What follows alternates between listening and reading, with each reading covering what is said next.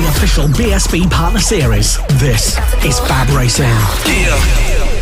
Well, hello and welcome to Sunday here at the opening round of the FAB-Racing Minibike British Championship. You join us just after the start of the second race of the day, the AC40 Rookies Race 2. And it is a pleasure to be here. My name's Ross Packard. Alongside me, as yesterday's, Lewis Ray joining me. Lewis, pleasure to have you here. How are you feeling? I'm feeling great. It's a lovely day once again. It's still a bit cold today, but the wind is not here today, so it should be easier for these riders on track. Well, it hopefully will be. Again, you see the awesome moves being made, some wheels being banged. Again, this the opening lap of the AC40 Rookies Race 2. Taylor Tomlinson leading them away from the grid, still in formation. Sebastian Gaslowski holding on to that second place, and Logan Cousins in third. Gaslowski there with the best lap of the race so far, a 106.918. He's the only rider into the 106s so far as they go on to lap 2. But hello and welcome. You do join us here, as mentioned by Lewis. Very, very cold, but at least the wind is down.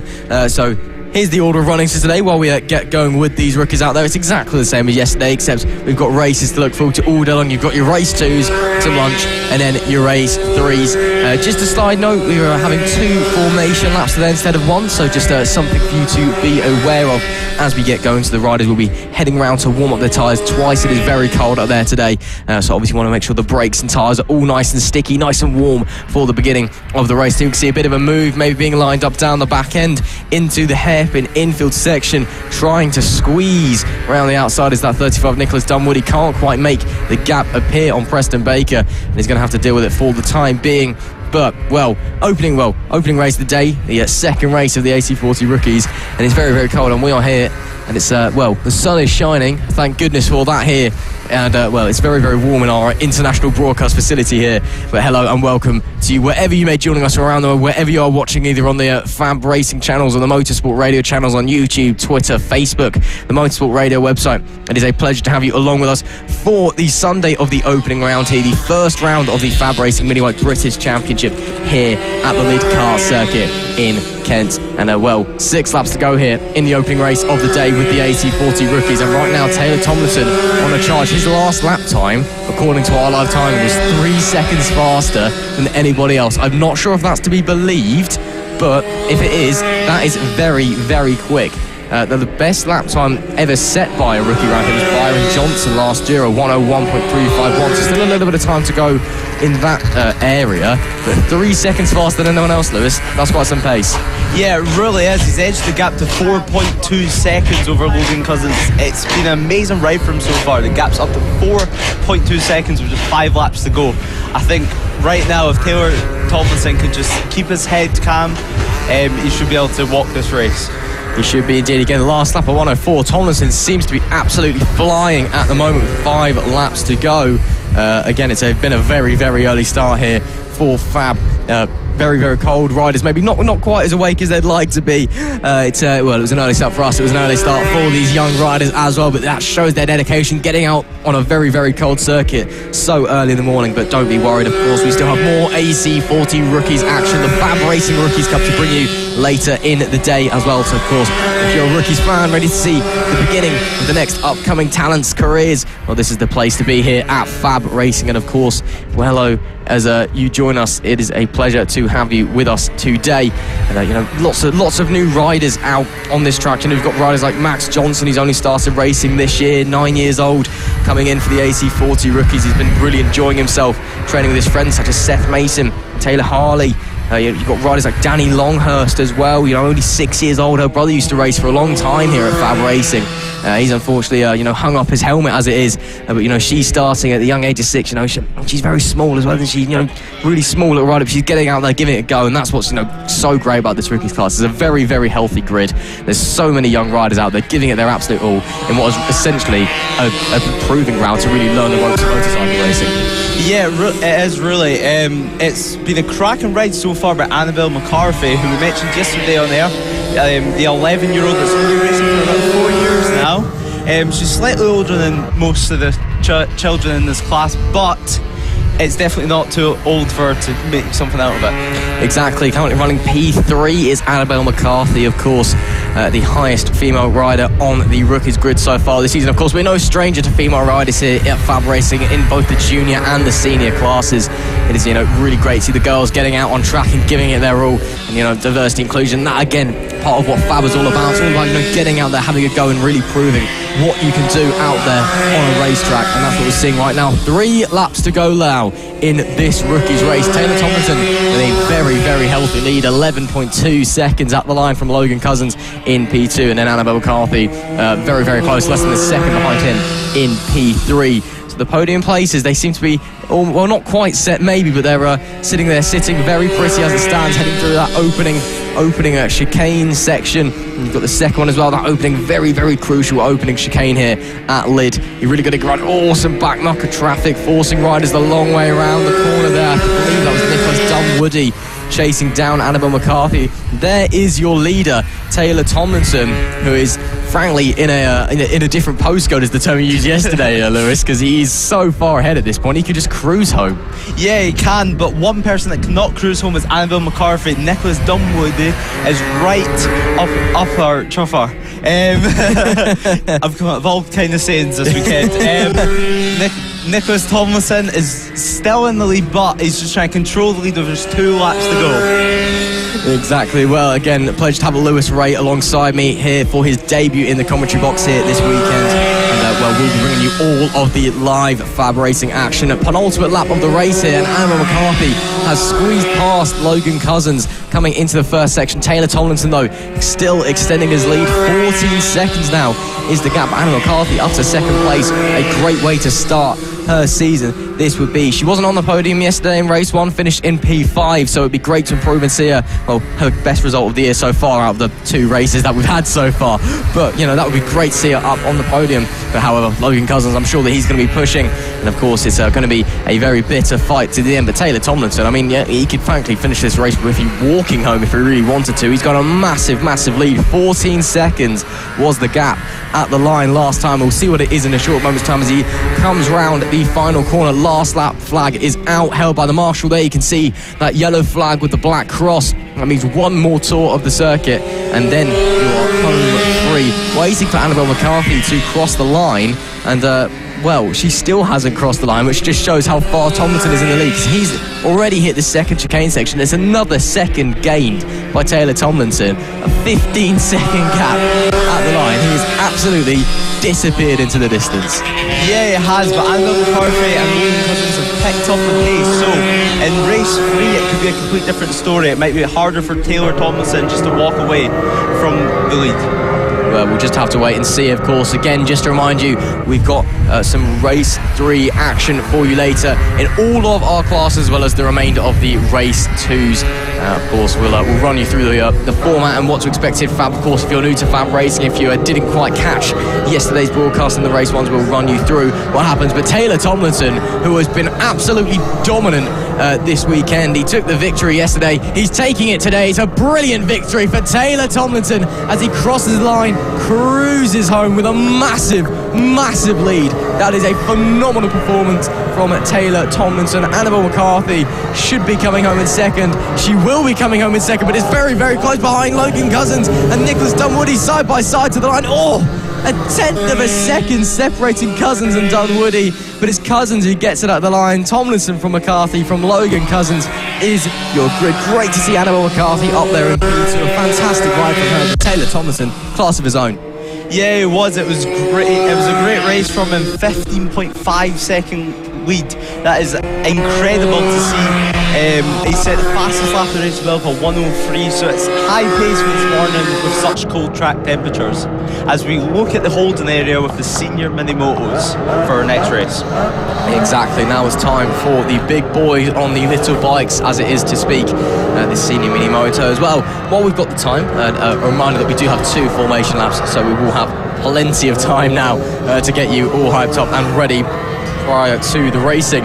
Let's just run you through. If you missed out on yesterday's broadcast, where we've had our qualifying sessions, we've had all of our race 1s, we managed to squeeze them all in at the end of the day. We're all very quick, so that's great to see. Of course, the grid's decided by qualifying. All 3 grids, decided by qualifying there. So all of the riders will be starting from the same place in the final 2 races across the day, and we've got 2 races from each of the 10 classes here for you to enjoy on this quite beautiful but quite cold Sunday in Kent.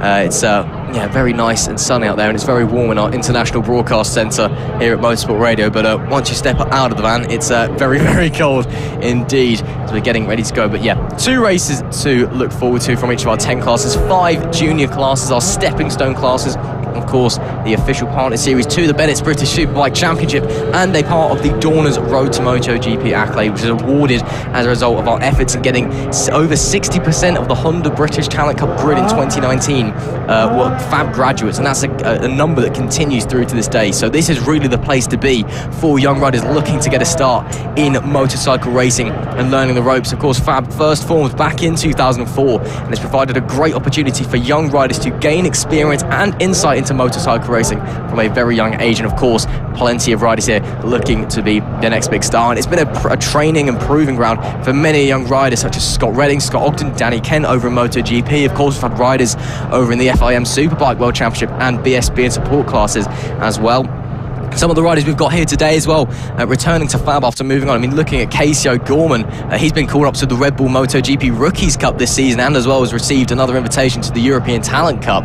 And he's returned to take part in the Extreme 200s this weekend. You've got O'Gorman and Johnny Garness in the Talent Cup. You've got O'Gorman and Eddie O'Shea, another FAB graduate as well, over in the Red Bull MotoGP Rookies Cup. And again, as I mentioned, the BTC grid just absolutely full of FAB graduees, and that is great to see. I mean, it was something like 20 odd riders. I do have the grid on me. It was something like 20 odd riders in the Talent Cup grid this year have come from FAB, and do still turn up to FAB events to give the pit bikes, give the Extreme 200s a go, because often, well, the weekends this year don't actually clash, as far as I'm aware, between the British Talent Cup and FAB-Racing. So we might be getting some former FAB graduates and some very much up-and-coming stars in British motorcycle racing coming back and gracing us with their presence.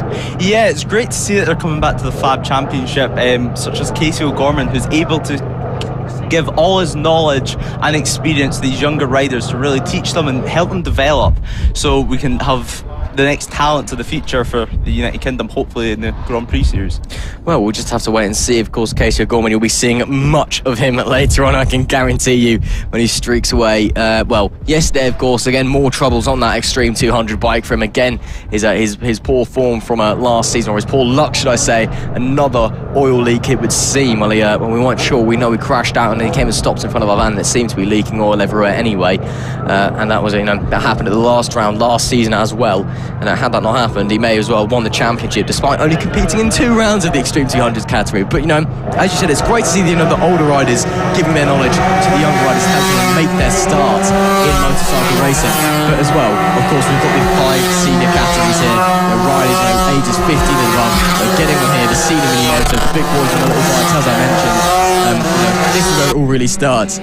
This is a brilliant series, because essentially you take what is a bike for kids and you stick big people on it, and it creates some of the best racing you will ever see. I mean, obviously we are Lewis obviously was kind of a trial by fire for yesterday getting introduced to the series, but it was very crazy. You've had a few, had a couple of words with some of the guys, got to meet, got to know some of them, and they're all riders of box of frogs, but they're all lovely guys, and out on the racetrack they would happily, frankly, kill each other.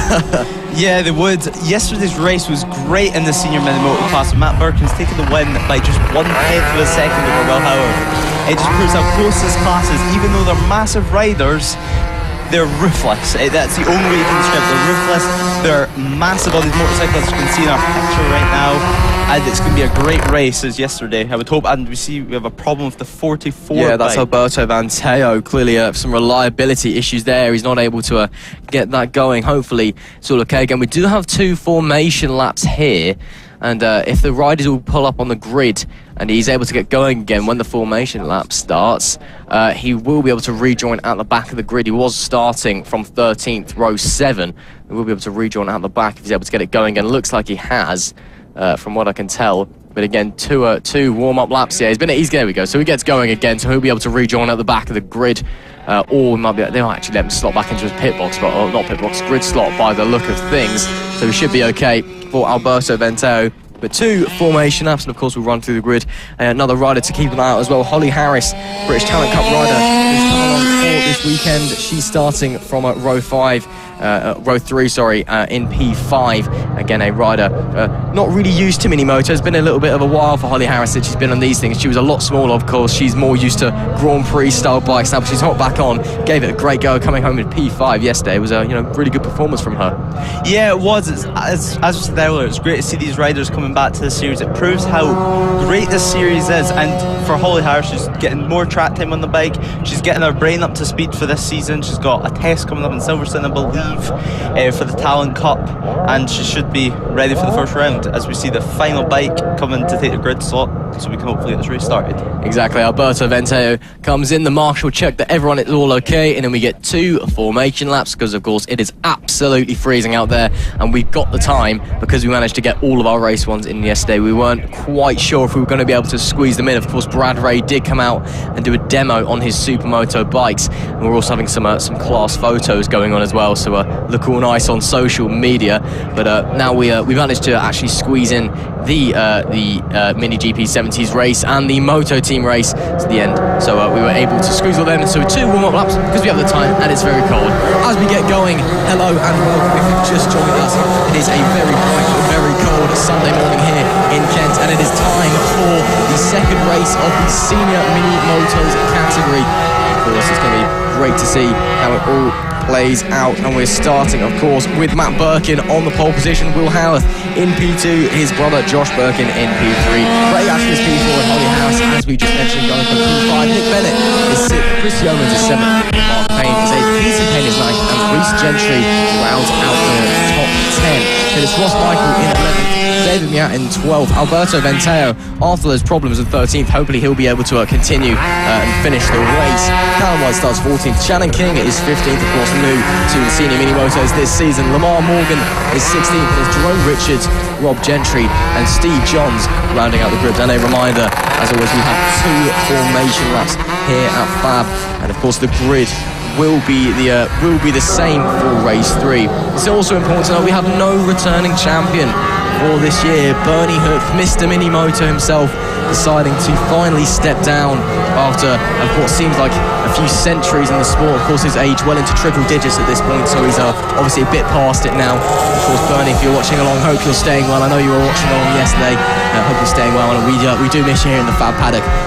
Maybe come along to Clandale, maybe? Who knows? We'll have to wait and see in a few weeks' time, of course, round 2 at Clandale. But that is your grid without Mr. Minimoto, Bernie Hook, who, probably sitting there in his, in his retirement home with his feet up, looking very happy for himself. But that's not going to take away. Again, yesterday, a great race on hands, of course. We had the classic Birkin falling off, getting back on, storming through the field. Howarth and the other Birkin having a great fight to the end. We saw some good performances from Holly Harris, Nick Bennett as well, putting in a good race. So lots to look forward to here in the senior mini motos. Yeah, there is, as we see a rider having a mechanical issue, it looks like. Yeah, that's a shame. That looks like someone's day done before it's over. Oh, that's a shame. Yeah, morning, day, who knows? There's still a race later. Hopefully they'll get it fixed. But, yeah, everyone has a race for you later. Everyone at home, place your bets. Who's going to come on top of this race? And I'm going to ask you, Ross, will both Birkins make it to the end of the race without falling off? Ooh, that's a tough one. I mean, Josh Birkin fell off yesterday, managed to get back on and finish P3. Well, let's see if anyone gets Birkins this time. Of course, Matt starting from the pole, Josh starts from P3. They are lovely, lovely lads, they really are. But my goodness me, on the racetrack, they are the most mental characters you will ever come across. Now we wait for the marshal to get race 2 for the senior mini motos, and the first race of their day underway. Points to the lights, and it's lights on.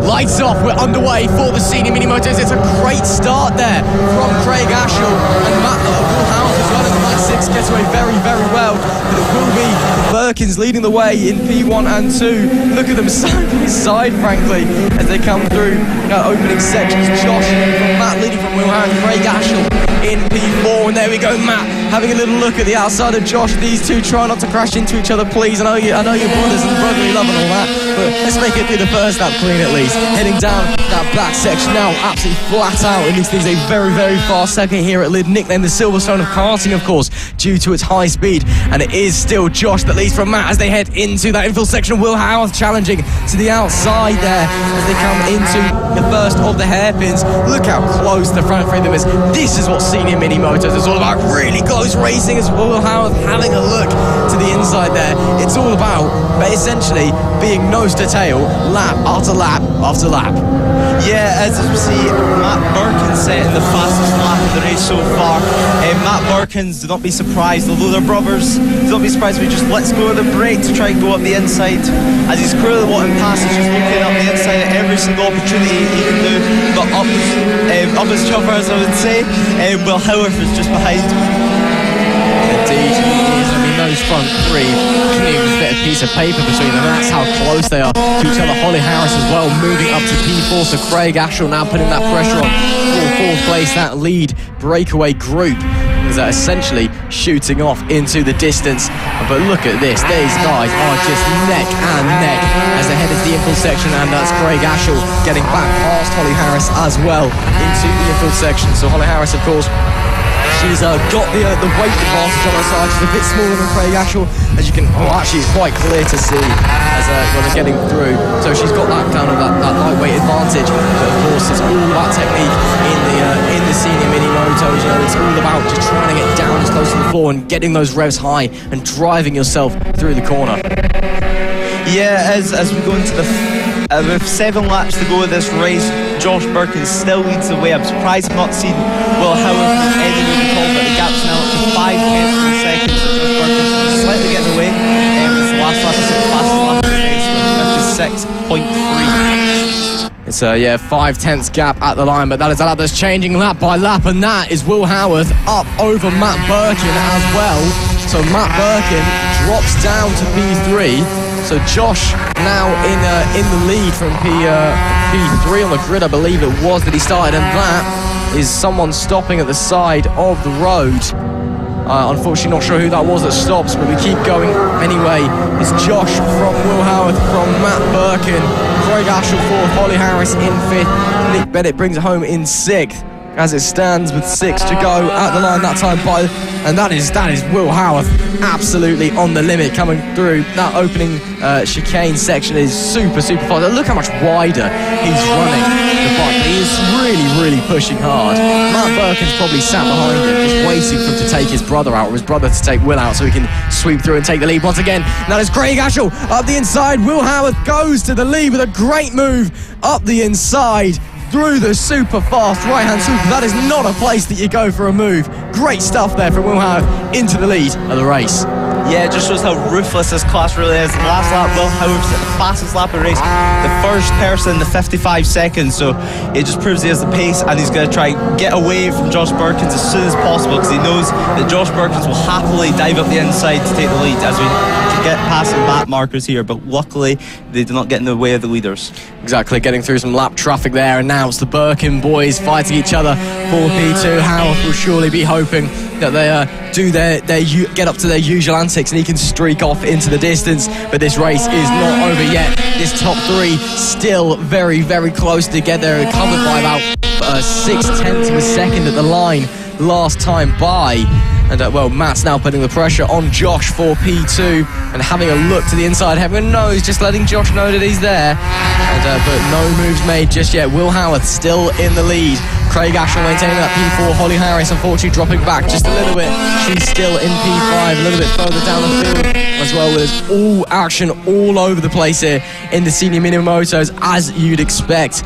Everybody on this field is just, there's overtaking galore. There is Alberto Venteo. Of course, he had those problems earlier on. He's managed to work his way up to 10th after starting 13th. That's very impressive with those engine issues. There is Callum White in P11 as well. If you're familiar to FAB, watching FAB last year, you may recognise his leathers. I believe they were Josh Birkin's last year. It got me very confused because I saw that and obviously registered Birkin in my mind because I was so used to the Birkins having those blue and orange overalls with the black helmet. But no, they've got some new gear, got some new threads, and moved their old stuff onto their cousin Callum. He's currently down in P11 fighting with this group of 3 for P9. It's David Miat leading from Venteo, from Callum White in this group. And that's someone off the road there at the side with some engine trouble, it looks like.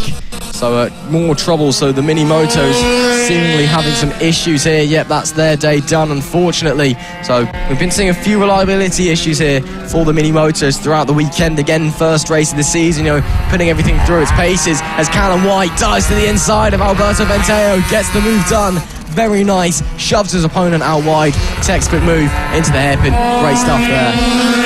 Yeah, it was. As you can see through here, the slight different lines that the riders are taking, which is just great to see. And it's great to see everywhere you look in this class, there's action. And most importantly, everyone is having fun. This is what this class is made for older adults to jump into smaller bikes with the bigger riders, and everyone's having fun. And it's still close racing with the top 3 people all being in the 55-second lap times.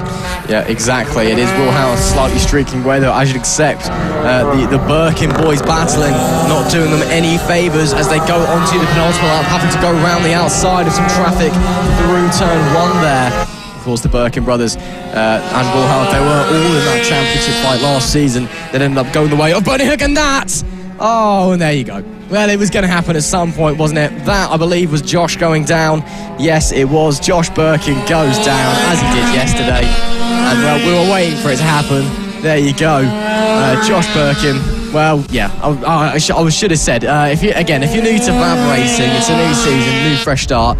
The Birkins, they're a tenacious bunch. One of them will end up on the floor. Whether someone else is on the floor with them or not, who knows, but one of them will end up on the floor at some point. And there goes Josh Birkin down. So it will be Matt holding on to that second place as they go on to the final lap. Of course, as I was saying, though, well, all 3 of these guys in that championship fight last season, that ended up going the way of Bernie Hook. Onto the last lap we go. And of course, Bernie retiring this season and sat there with his feet up, being very, very boring.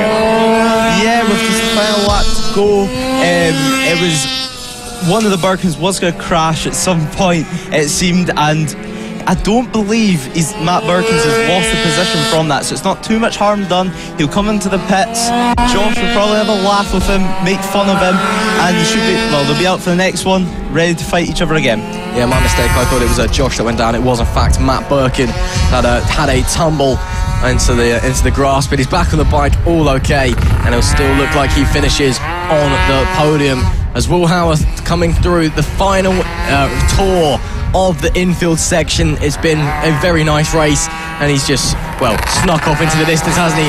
Rounding the final corner. It's been a great race for Will Howarth. He'll take race 2 of the senior mini motos with a fantastic performance. There goes some lap traffic. There goes Josh Birkin coming home in P2 to finish in a very nice position, starting from 3rd on the grid. Matt Birkin, after that tumble, comes home 3rd. Craig Ashler's 4th. Holly Harris will bring it home in 5th place. Nick Bennett looks like he's going to come home in 6th as well. But it is Will Howarth with a brilliant race there. Got in front of the Birkins, let them have their battle. He knew exactly what he needed to do against them, and he did it perfectly. Yeah, Will Howarth got redemption from yesterday after losing out by just 1/10 of a second. So he came back today absolutely determined, and yeah, he'll be absolutely delighted with the result today. As you see, Will Howarth winning by 4.7 seconds, which is quite a large lead, with both the Birkin brothers in 2nd and 3rd. Craig Ashell coming home in 4th, Holly Harris in 5th, Nick Bennett 7th, Chris Yimmons 7th, Reese in 8th, David in 9th, and Callum White in 10th. Exactly, there is your top 10 for race 2 of the mini motos. But don't worry, if you are a senior mini moto fan, you'll be getting more of that action later when they head out for their race 3s. Now it is time, of course, though, for the junior LC40 Elite, the highest form of mini moto racing available to our junior riders. And well, we're just waiting for them to come in to the dummy grid over there. I believe we should have a few more riders here today as well. We only had 4 in race 1 yesterday. We were treated to a very exciting race with said 4. Don't let the lack of riders take away from the fact that the racing was actually quite good. But we should be hopefully having a few more riders today, because we've actually it looks like the organisation's managed to convince some of the AC40 Elite riders to enter, because you can enter into the liquid-cooled elite class with your air-cooled pro class, which is a bit confusing, but the regulations are the regulations, and it's going to be great. It's extra lap time, it's extra track time as well, which is something to look forward to, isn't it, as they all get ready out on the grid. So as we wait for the top Mini Moto Championship that is available to our junior riders, it's a pleasure to bring you all the action here from the Lydd Kart Circuit, the opening round, the Sunday of the opening round here for the FAB-Racing British Mini Bike Championship. Hello and welcome to wherever you may be watching around the globe, in whatever platform, on whatever channel, be it FAB-Racing Official or the Motorsport Radio channels. It is a pleasure to have you along again. My name is Ross McIntyre with Lewis Ray alongside me in the commentary box, and as we are waiting for the final step of race 2, the race 2 for the final step of these young riders' Mini Moto career before they head on to those GP style bikes in the Metric Hit classes. This is a very exciting grid. It's a shame it's so small. I was talking with some of the race organisers early.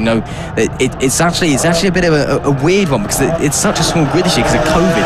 Actually, strangely enough, as they head out on their sighting lap, a few of the riders struggling to get going, trying to push their bikes. Again, it is a very big grid here, which is good because we got some of the AC bikes in, so we have the top 4 riders on the grid. I don't know when anyone else is starting, but I guess we'll find out because they didn't qualify.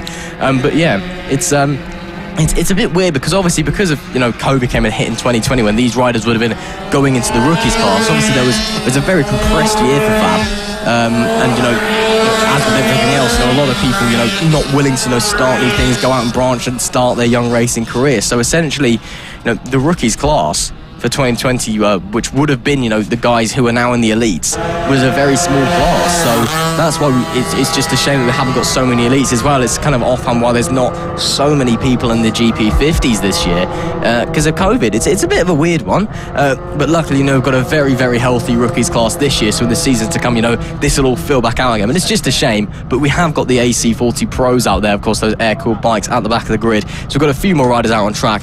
It's extra track time for them. It's extra entertainment for us. Yeah, as yesterday there was only 4 bikes on the grid, but it's great to see a much bigger class today. Although COVID did hit and have a knock-on effect on this class, a brilliant FAB regulations allows the AC40 Pro bikes to enter in this class, which is another cost-cutting measure that the regulations allow for. So we have a much bigger grid today, and we should have some great racing in this class. Of course, just to remind you that the LC40 Elite, the liquid-cooled Mini Motos, they're capable of 56 miles an hour. However, the regulations do allow you to race in this class with an air-cooled bike if you so wish. So you've got some of the AC40 Pro riders. They're the riders who have, they've got past the rookie phase. They've done their development process. And this is now them, really getting on and really showing their worth and their racing talent. It looks like we're going to have Oliver Hall out there, for example. He was last season AC40 Rookies Champion. He's competing in the Pros this year, and I think I saw his dad Daniel out there. I can see him just there. So he'll definitely be out there. He's one of the riders. So it's a very healthy grid. I can't actually see how many bikes, but it looks like we may have at least 10, which is a lot better than 4. I always say that, of course, not saying that 4 was a bad. It's still a very, very exciting race. As all the races here at FAB, it somehow manages to produce just excitement and entertainment lap after lap. But it's it's great to see a bigger grid, even more excitement for us. Of course, if you're just tuning in, hello and welcome to Sunday here at the opening round for the FAB-Racing Mini Bike British Championships here at the Lydd Kart Circuit in the southeast of England. Sunny, yet very, very cold. Ken, you are joining us just in time for the LC40 Elites Race 2, those liquid-cooled Mini Motos. And then after that, we're getting on to some of the bigger bikes and with the pit bikes. But for now, we're gonna see what's going to happen for these this top category, as I said, in the Mini Motos for these junior riders. Yeah, as we see them just heading on to their 2 warm-up laps now, as a reminder of yesterday with the top 3. Austin Johnson getting away with the win yesterday, with Harrison Day closely behind in 2nd and Finlay Paul Hill in 3rd. So it's going to be interesting to see how these EC40 Pro riders that have came in for today's racing will make an impact on this class and potential results. Yeah, exactly. Important to note as well, the rider that finished fourth yesterday, Sam Gardner, was involved in a very, very big incident in the first race. He's also a pro rider and had a big tumble at the first corner of the pro race. To see him get back up and back on the bike for the elites race was really, really great to see. So it may be 4 out of 4, but it's still a very well deserved 4. He did a great job to get out there, put in a decent display and get a decent result out of it as well. Even if on paper it does look like last, out on track, we know that he put in a fantastic performance. But as you said, it's going to be interesting to see how those pro riders fare. The pro bikes, when they've got their exhaust restrictor in, the pro bikes have a 40mm exhaust restrictor, and they're only able to go 52 miles an hour. But if I'm not sure. I mean, obviously, Lewis, you've done riding before. You kind of do riding still. It's kind of your thing. I'm not sure if they'd be allowed to take off the exhaust restriction. It would be okay, but I assume that they've not done that. So it might be a bit difficult for all these pro bikes out here to kind of compete with the elites. Yeah, it depends how much time they've had to be able to take off this restrictor. As we know, the AC40 Pro, there was a race in between this. There was 2 races in between this and their class, so there is time to take off the restrictor, but it just depends how prepared everyone was for these LC40 elite class race. As we remind ourselves, we have 2 warm-up laps today. I believe they're just on they're just on their second lap now, so they'll be heading to the grid, waiting for the lights, trying to get themselves psyched up and focused so they can get a great race in with a great result. So place your bets. What's going to happen in this race? Who knows? It's completely different from yesterday. We have a lot of new riders in this class compared to yesterday, so we'll find out pretty soon. Exactly. You can see there the 2 Johnson brothers on the right hand side of the grid. Austin Johnson has moved up. He's starting from second. He's exclusively in the elites this year. Byron Johnson, his brother behind him on the 37, he's racing the pros this year. Great to see them back on the track together. It was a bit strange to see them not separated yesterday. I was so used to seeing them just racing side by side as they so often did, but now the marshal points to the digital flag. The lights come on. It's lights off. We're underway for the LC40 Elite. It's a great start from Austin Johnson around the outside. Looks like he's going to take the lead into turn 1 from Harrison Day, who went off the pole. And there we can see, lots of bikes coming around the back, but it is Austin Johnson that leads him. Is that Byron, his brother, who's managed to squeeze up into second place? So Byron Johnson in second from his brother Austin in first. The 2 Johnson brothers both pipping Harrison Day off the line. So it's Harrison Day that I believe Finley Polhill's 4, but the 2 Johnson brothers often going like they weren't even separated. Yeah, exactly, and there's 11 bikes in this class, which is amazing to see, and it's amazing for the Johnson family to have their bikes first and second. Although they're brothers, they will happily race each other hard. Yeah, exactly. Brotherly love goes out the window on the racetrack. I mean, I'm sure they'll be smiling under their helmets, but they will be racing each other very, very hard. I mean, they're a bit like the Birkins, except they don't crash into each other anywhere near as much. They're much cleaner riders, much more respectful out on the racetrack, if you will, but they're both very, very talented, very, very quick. Austin Johnson there at 58.195, absolutely flying on that opening lap of the race. Of course, it's important to remember Byron Johnson, he's on an AC bike, he's on an air-cooled bike. The liquid-cooled bike that Austin Johnson is on is faster, and Harrison Day behind as well is on that faster liquid-cooled bike, so I'm not sure if Byron Johnson is going to be able to hold on. You can see there already a bit of a gap forming between him and his brother. I'm sure that's down to the bike again.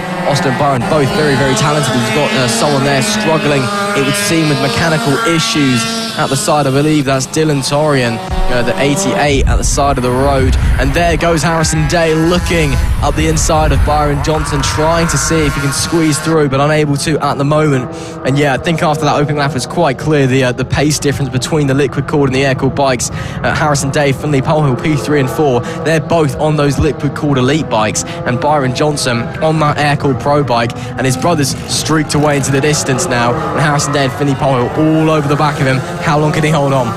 We're just going to have to wait and see as Harrison Day is looking at the inside, but it's still great to see the air-cooled bikes being able to compete up front with the liquid cools. Although the liquid cool is a slight step up, it's still great to see the air-cooled bikes up there. Yeah, it definitely is. I mean, you never know, we might be seeing a defensive masterclass here from Byron Johnson.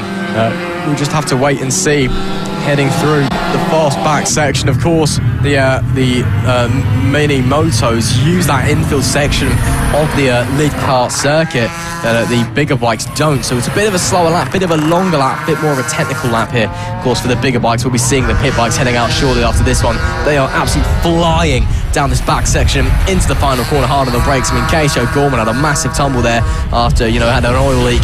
Obviously hit the brakes and suddenly realised that his rear tyre was essentially liquid. Down he went, and there's not a lot of run-off into that final section either.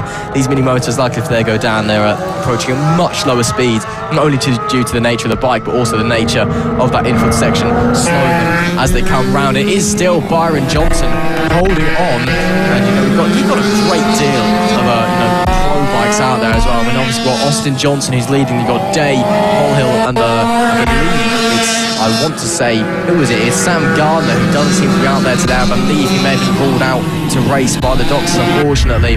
So only 3 LC bikes out there. So 3 LC bikes out there, 3 of the liquid-cooled bikes. Is Byron Johnson still holding on to that P2, and then lots of air-cooled bikes. You've got who are you looking at the moment? Byron Johnson. You've got Ollie O'Gorman, Rex Austin, Oliver Hall, Lewis Hull. Those two were battling for the lead yesterday in the AC Pro race. Liam Linkvist, Zach Pedagar as well. I know he's been struggling on his bike. They've had a whole host of issue as they go round that first chicane.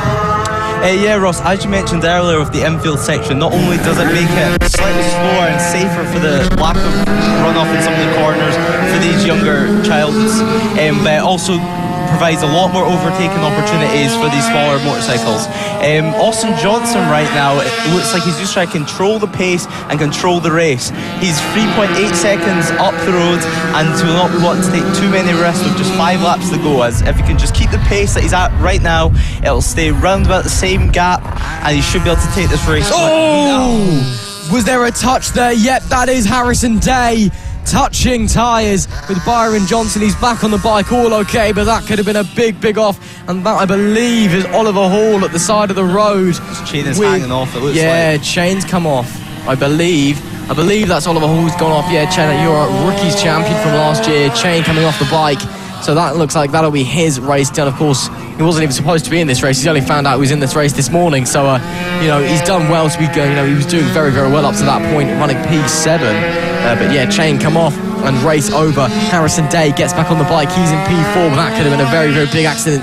He looked to the inside, shot back across the outside, but I think he just misjudged it, touched wheels with Byron Johnson. Lucky that Byron stayed on the bike as well. That could have been both of them going down. So it is now Austin still leading this race. He's actually, you can tell he's taking it easy because the gap's actually dropped a bit. It drops about half a second on that last lap. So he's, taking it easy. He knows he's got a very chill run to the finish, 4 laps to go. But it's not over yet because the battle is still on for P2 between Byron Johnson, Austin's brother, and Finley Polhill, Harrison Day as well. Well, I'm not sure if he's going to be able to close the gap 6 seconds, but we know he's got a lot of pace. We can certainly try and go on a comeback charge. But Finley Polhill now has to put the pressure on Byron Johnson if he wants to move up to P2. Yeah, he certainly does, but it's great to see all riders up on their feet there, and it shows the headache that another class can create, as although they're on the same bike, now it's going to mean that they're going to have to get the bike fixed, not only for the next LC40 race, but also for the AC40 Pro race, which is before this, so it gives them even less time to get the bike prepared for the next race. A big shout out to Ollie O'Gorman down 7th place, who is of course Casey O'Gorman's younger brother, and it's great to see the O'Gorman family taking part in motorcycle racing. Yeah, it is indeed. It's also important to point out Zach Pedagar as well, Zach Speed Pedagar, as we called him last year. I know he's been having a tough time on his pro bike. They went to Spain, as many of the Fab riders did over the winter, to get some testing in. Had 2 engine blow-ups and then had another engine stolen as well from the courier. So they've had this engine for a week. It's a new engine, I believe. It's a GHR engine that they have in the bike now. Yeah, it's a new GHR motor, and it's obviously very different to what he's used to. He's literally had it in the bike for a week, so he's not quite comfortable on it yet. He's still getting used to that new motor, so I know he's been struggling out there. So he's not on his usual form, but give it some time, and I'm sure, of course, in this LC40 race as well. So the bike's obviously a bit slower than what maybe is the rest of the field. You're looking at your Austin Johnsons, you're looking at your Finley Poles on those LC, those liquid-cooled bikes which are faster. So I'm sure, as we see there, that's Austin Johnson going through some lap traffic, and that was Zach Penninger I was just talking about.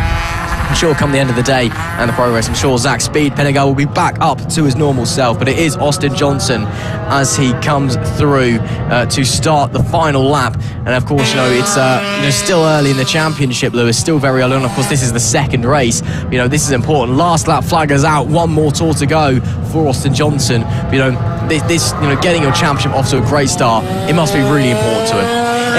With just one lap to go, Austin Johnson's going to remain focused and just get the bike home with a 3.7 second lead over his brother Byron Johnson. He's going to just keep calm, not think about this race one too much just yet. Going to want to keep it nice and clean so he can take it home and take the first race win of the day.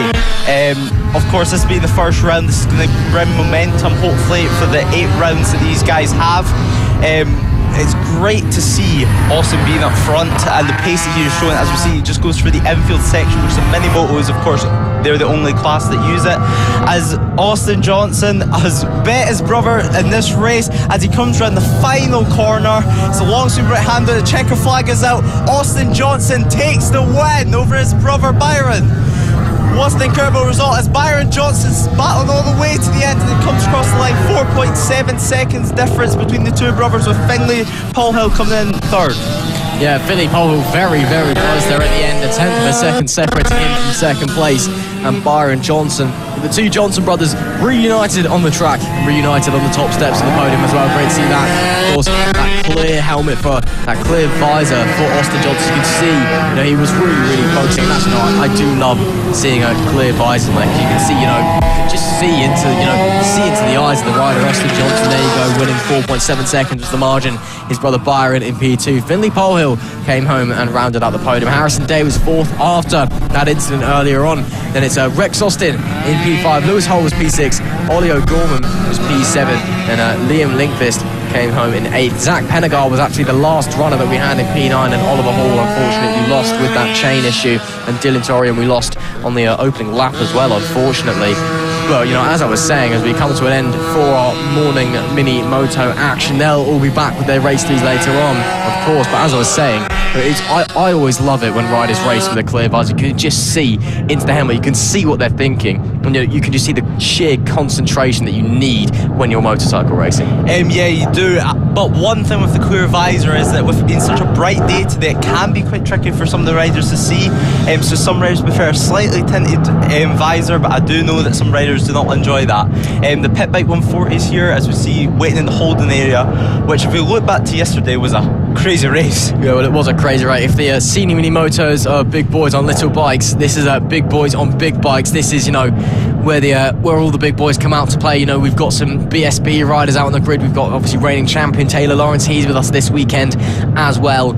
On the outside circuit, we don't use the infield. It is full pace into the final corner. We've also got Charlie Huntingford, who's from the Talent Cup, joining us. So another Talent Cup rider out there on the track today. Of course, we'll be heading out. And as you said, with the clear visors, personally as a commentator, I prefer a clear visor because it makes me easy to do my job. But of course, when you're out on track, it's all about performance. They don't really care about us. They might shoot us a wave occasionally, but that's about it. As they're sitting on the dummy grid, there we go, gets the wave from Rob, one of the series officials, and out they go onto the track. The whole host of pit bikes that we have, something like 28 bikes out on the circuit yesterday, which was just ridiculous, and we've had more in the past as well.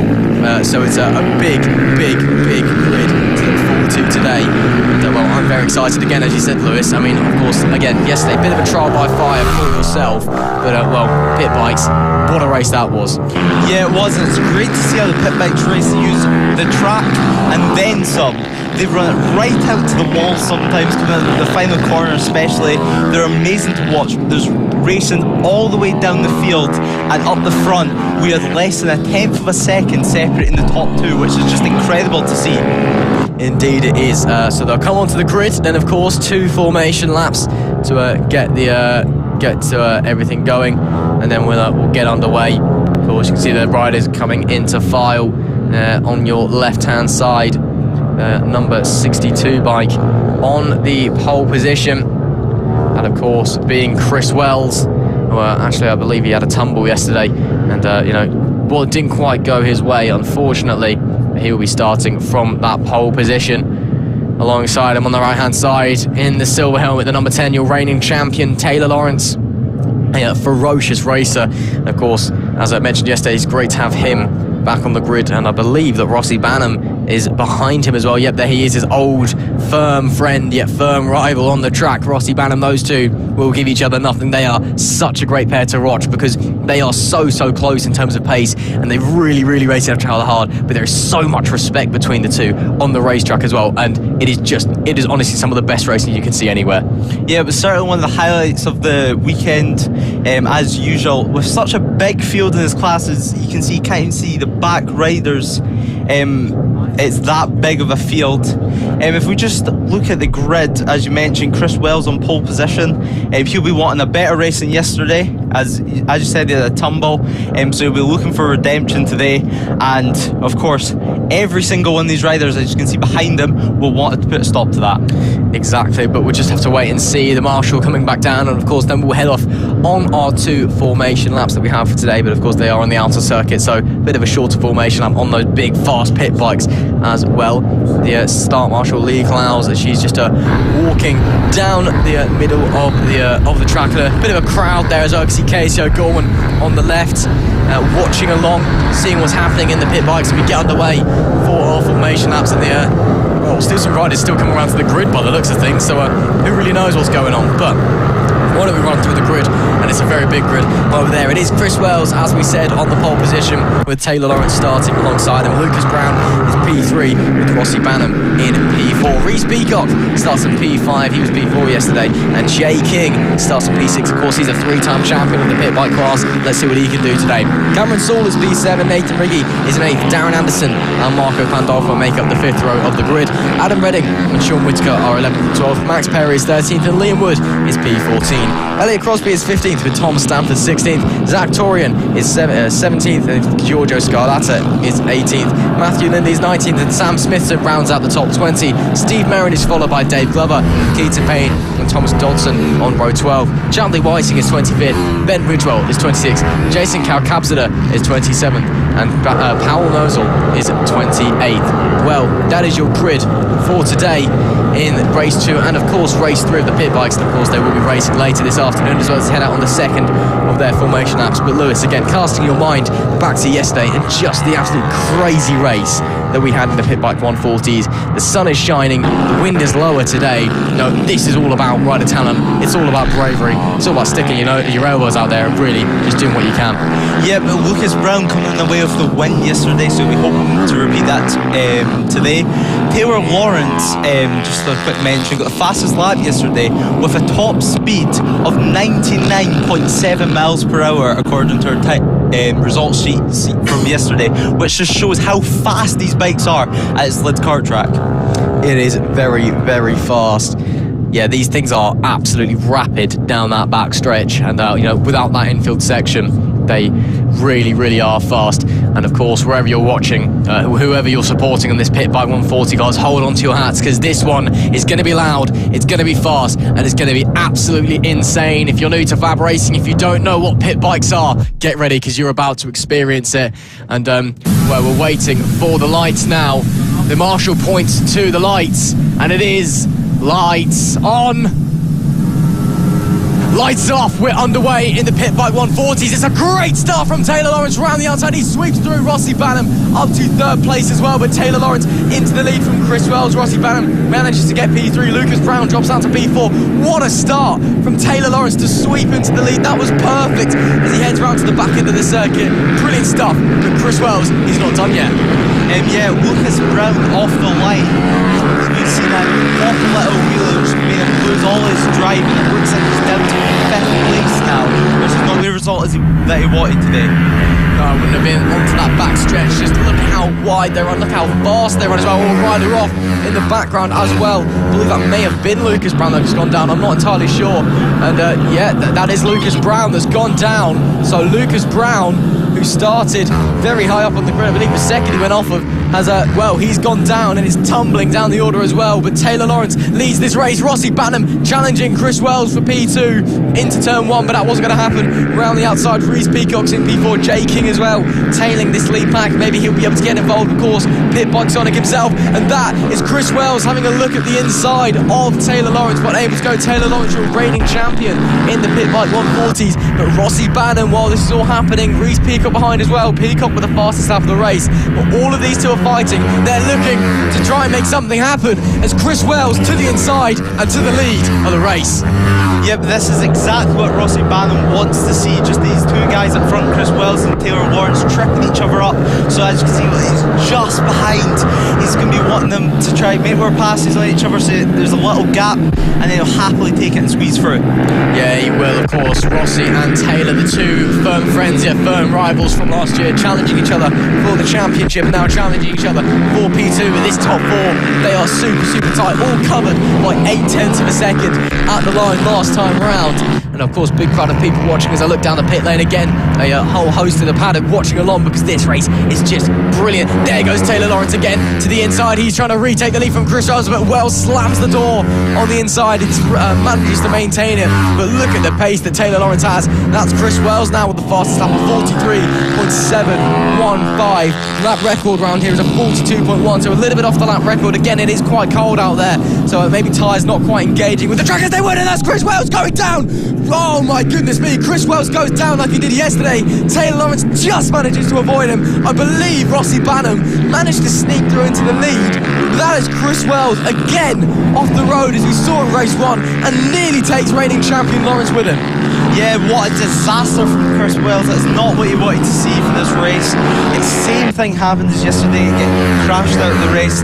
It's not the way you want to start your season at all. As you see a rider going down the outside, down the inside, it looks like Taylor Lawrence. Yeah, Taylor Lawrence moves up to second after losing all his momentum out to Reese Peacock. Rossi Banham now has the lead, and he's got a very comfortable lead as well, 0.5 of a second at the line. Well, Taylor Lawrence reigning champion, Reese Peacock behind as well. They'll catch up quite quickly. Of course, Rossi, these guys at the front, they are so fast. These guys, Taylor and Taylor Lawrence and Rossi Banham, they were just neck and neck all of last season. It was absolutely insane. Of course, Taylor did end up taking the championship by some 112 points, but you've got to take into account that double points round in the final race. Reese Peacock came home P3 in that championship as well. So currently it's Banham from Lawrence and from Peacock, and around the final corner it'll be 7 laps to go this time, and Lawrence very close.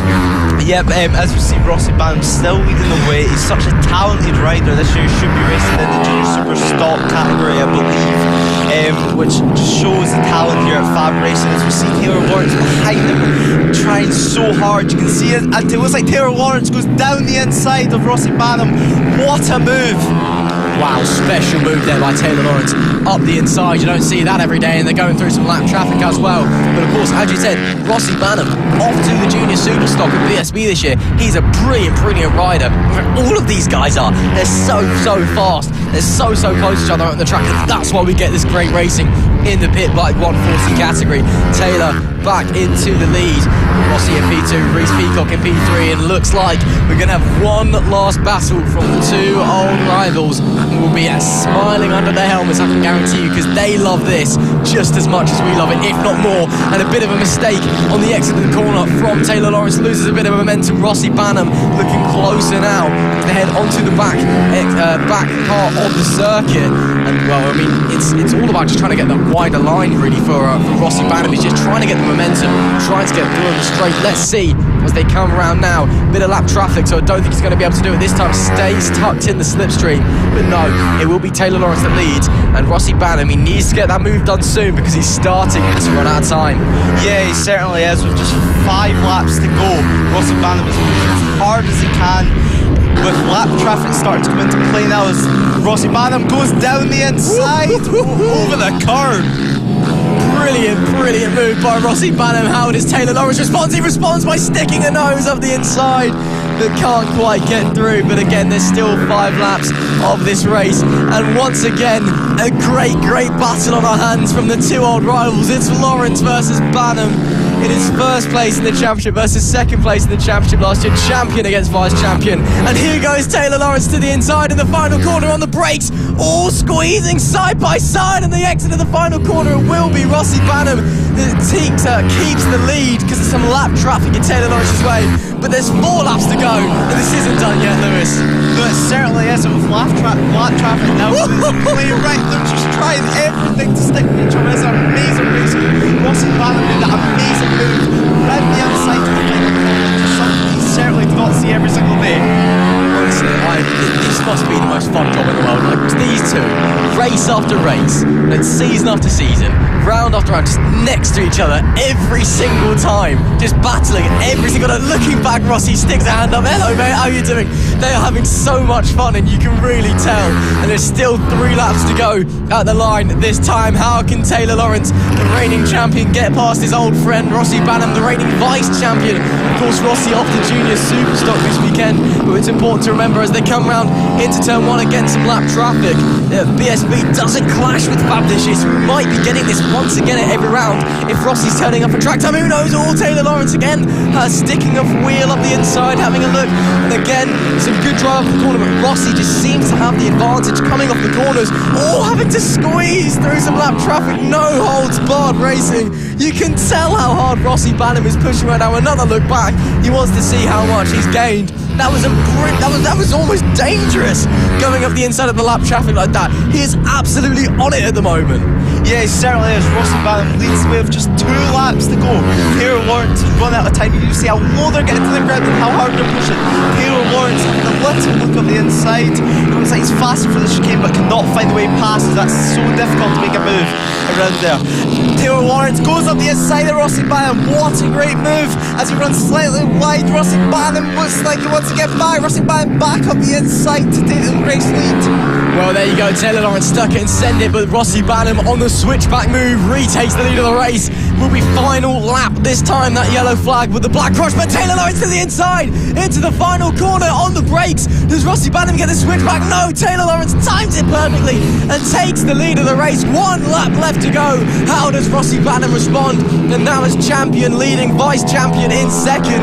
How are they going to respond to more lap traffic as they head through and into the second chicane? Rossi Banham looks like he might have to be taken a little bit wide, lose a bit of time as they head through. Looks like Taylor has been able to pull a bit of a gap as a result, and yes, he has. And well, it's a big shame that we're not going to be able to end this with that final corner shenanigans, but it looks like it's going to be Taylor Lawrence who's going to be able to take a breath and bring it home after another fantastic race in the Big Bike 140 class. Fantastic race between Taylor Lawrence and Rossi Banham, but it's the champion on top once again. Taylor Lawrence celebrates as he crosses the line and brings home race 2 after a phenomenal victory. And you can see how much fun he's had there, punching the air before he gets to the line. That was awesome for him. It's Taylor Lawrence who takes the victory. Rossi Banham P2, Reese Peacock faded away but comes home to round out the podium. But what a race we've just seen, Lewis. Yeah, what a great race. Both of us here in the commentary box had a smirk on the face the whole time during that race. Taylor Lawrence and Rossi Banham just having fun out there. This is why we race. It's close racing, it's fun racing. They're all mates in the end. And yeah, that was just a great race to watch. It was indeed brilliant action as always in the Pit Bikes 140. There you go, top 10 Taylor Lawrence winning by a second in the end due to that lap traffic. Bad luck for Rossi Banham in second place, but Taylor in the end on top. Reese Peacock was P3 with Charlie Nesbitt in P4. Jay King managed to bring it home in P5 with Nathan Riggy in P6. Cameron Saul P7, a great performance from him with Marco Pandolfo in 8th, and then Darren Anderson in 9th and Adam Reddick rounding out that top 10. But what a race we have just seen in the Pit Bike 140s, and of course they'll be back out again later as well. They've still got their race 3s, so I'm sure we are not done yet. Lydd is just, Lydd, it's a tricky circuit for some of the bikes. We see some riders, exchanging words, congratulating each other, maybe having an argument. Who really knows? Looks like they're all smiling. But it's a tricky circuit, especially for the mini motos. It's fast yet technical. But for these big bikes, especially the pit bikes, it is just flat out action from start to end. And again, we've got it all to look forward to later on as well. Yeah, we certainly do, and I expect to see more of the same. Rossi Banham just catching the lap traffic at the wrong time, as we see at the 59, do the practice start, trying to get ready for race 3 already. Yeah, exactly. Nathan Riggy there, pulling a little bit of a wheelie, but now it's time to go to some Grand Prix bikes. It's time for the Mini GP50s, of course, the first stepping stone for riders after their Mini Moto journey. And, well, again, it's a bit of a smaller grid this season due to that COVID catch kind of group that we talked about earlier on. So 9 riders here at Lydd today. I know a lot of riders didn't come down actually due to the snow that happened earlier in the week. I know some riders were very much not that interested in going on a big old car journey down to Kent when it's snowing, which is understandable. So hopefully next time when we get to Clandau in a few weeks' time, we'll be nice and sunny, and it will be all nice and good. But for the time being, 9 bikes. But again, this is the start of riders' GP bike career. And of course, after this, of course, you'll go to the LS2 helmets Mini GP70 British Championship, and after that, well, it's the British Talent Cup. Yeah, it is, and some great talent in the Mini GP50s. Yesterday with Luke Fitcher going away with the race win from Marco Holt. Marco Holt, I believe, is on the number 9 bike again in the Mini GP50s, although on the timing screen it is classed as number 58, so it can be a little bit confusing. You can recognise him with his helmet though, to be fair. Yeah, the iconic Minion helmet. Yeah, he's singing Pulling out in a moment. There's Archer Brian, another iconic helmet there with Spider-Man himself on the 91, of course, double champion last year in the AC40 Pros and the LC40 Elites. Not spent a lot of time. There is Marco Holt. He's got that yellow Minion helmet, the number 58 on the back. He's obviously got the number 58 transponder with him as well. I'm not sure if they've not brought the bike or there's been issues with the bike or whatever, but he's on the number 9 today. There is an 09 as well, which is Bailey Lawrence, who'll be going from 9th on the grid, apologies. She finished 8th yesterday. So there's the 09 of Bailey Lawrence, which is all pink and purple. And you've got the 9 of Mark Holt, which is red, but of course he's got that yellow Minion helmet. And, vice champion from last year. He's got to be favourite coming into this year. But Luke Fitcher, a great result yesterday with that win. And he'll be going once again alongside Marco Holt. Marco from the pole, Luke from P2, as you can see on that right-hand side of the grid. Exchanging the flat cap that he wears seemingly all the time for his helmet on that 50 bike. And again, as I said, 2 formation laps. This is really, the proving ground for riders on their road to the British Talent Cup and beyond. Yeah, it certainly is. These bikes have 6 gears and a clutch, which really gets them used to what it's like to ride a bigger motorcycle instead of just the twist and goes that they've been used to in the Mini Motos. Exactly. I mean, obviously, Lewis, you ride GP style bikes. I believe you're on 125s. I think you might be moving up as well this year, up in Scotland and Knockhill. It's obviously a very different experience to a Mini Moto. Yeah, it certainly is. Mini Motos, they can be quite hard to get used to, but usually riders adapt pretty quickly from the Mini Motos to the bigger bikes. Certainly the bigger riders, they just feel far more comfortable. As we have a little look at the grid, Marco Holt starting on pole position with a great lap time of a 49.8 in qualifying, with Luke Fitcher closely behind in 2nd place. 2nd row, Archie O'Brien in 3rd, with Bill Harris in 4th. 5th place, Finlay Paulhill, who we've just seen race and had a great result so far today, with Isaiah Devine in 6th place, with Frankie Watson close behind in 7th. Harley Baker starts in 8th, with Bailey Lawrence closely in 9th on the 09 bike, as we see on screen now on the iconic and closely easy to know the pink and purple bike. Yeah, of course, again, 2 number 9s out there. Mark Holt was officially registered on the number 58, his classic 58, but I don't know if they haven't bought the bike or something, as they head off on the 2nd of the 2 formation laps. So he's on the number 9, which is red, but of course he's got that yellow Minion helmet. It's very easy to recognise him. Bailey Lawrence on that pink and purple 09. So it is, in terms of, if you're watching the live timing and it says number 9 for Mark Holt, it might get a bit confusing, but if you're watching on the track, it's very easy to tell who's who. Bailey Lawrence, pink and purple, Mark Holt with that yellow helmet. Again, a great race for these guys yesterday. Of course, this is the slower of the 2 Metrokit classes, the Mini GP classes that we run here at FAB-Racing. Of course, a 5 Junior Series, got 3 Mini Moto Series, then 2 GP Series. Of course, this is, widely considered as the stepping stone into the Honda British Talent Cup. And these are, these Metrokit Mini GP50s, they're not slow, despite the fact that they're the junior of the 2 Mini GP classes. They can still hit 80 miles an hour at full pace. I'm not sure they'll be quite hitting that down the back stretch, but they do carry a lot of pace, especially into turn 1, was something we noticed. It is really, really fast distance there. And again, you can't quite see, but just to the right of your screen there, you can see a bit of a crowd forming here. You know, lots of the other riders, parents, marshals lining up to watch. And as we get ready for the lights, a couple of riders out of position, just being wheeled back into place. And well, we're all getting ready. There is Leia the marshal, just waiting, standing in the middle. She'll point to the lights, and then of course the classic lights procedure that we all know, we all love here at FAB-Racing. It's lights on, lights off. We're underway here for the GP50s. Bit of a wheelie at the back, one of the riders, but it's Marco Holt who's going to take the lead, but Luke Fitcher off the line.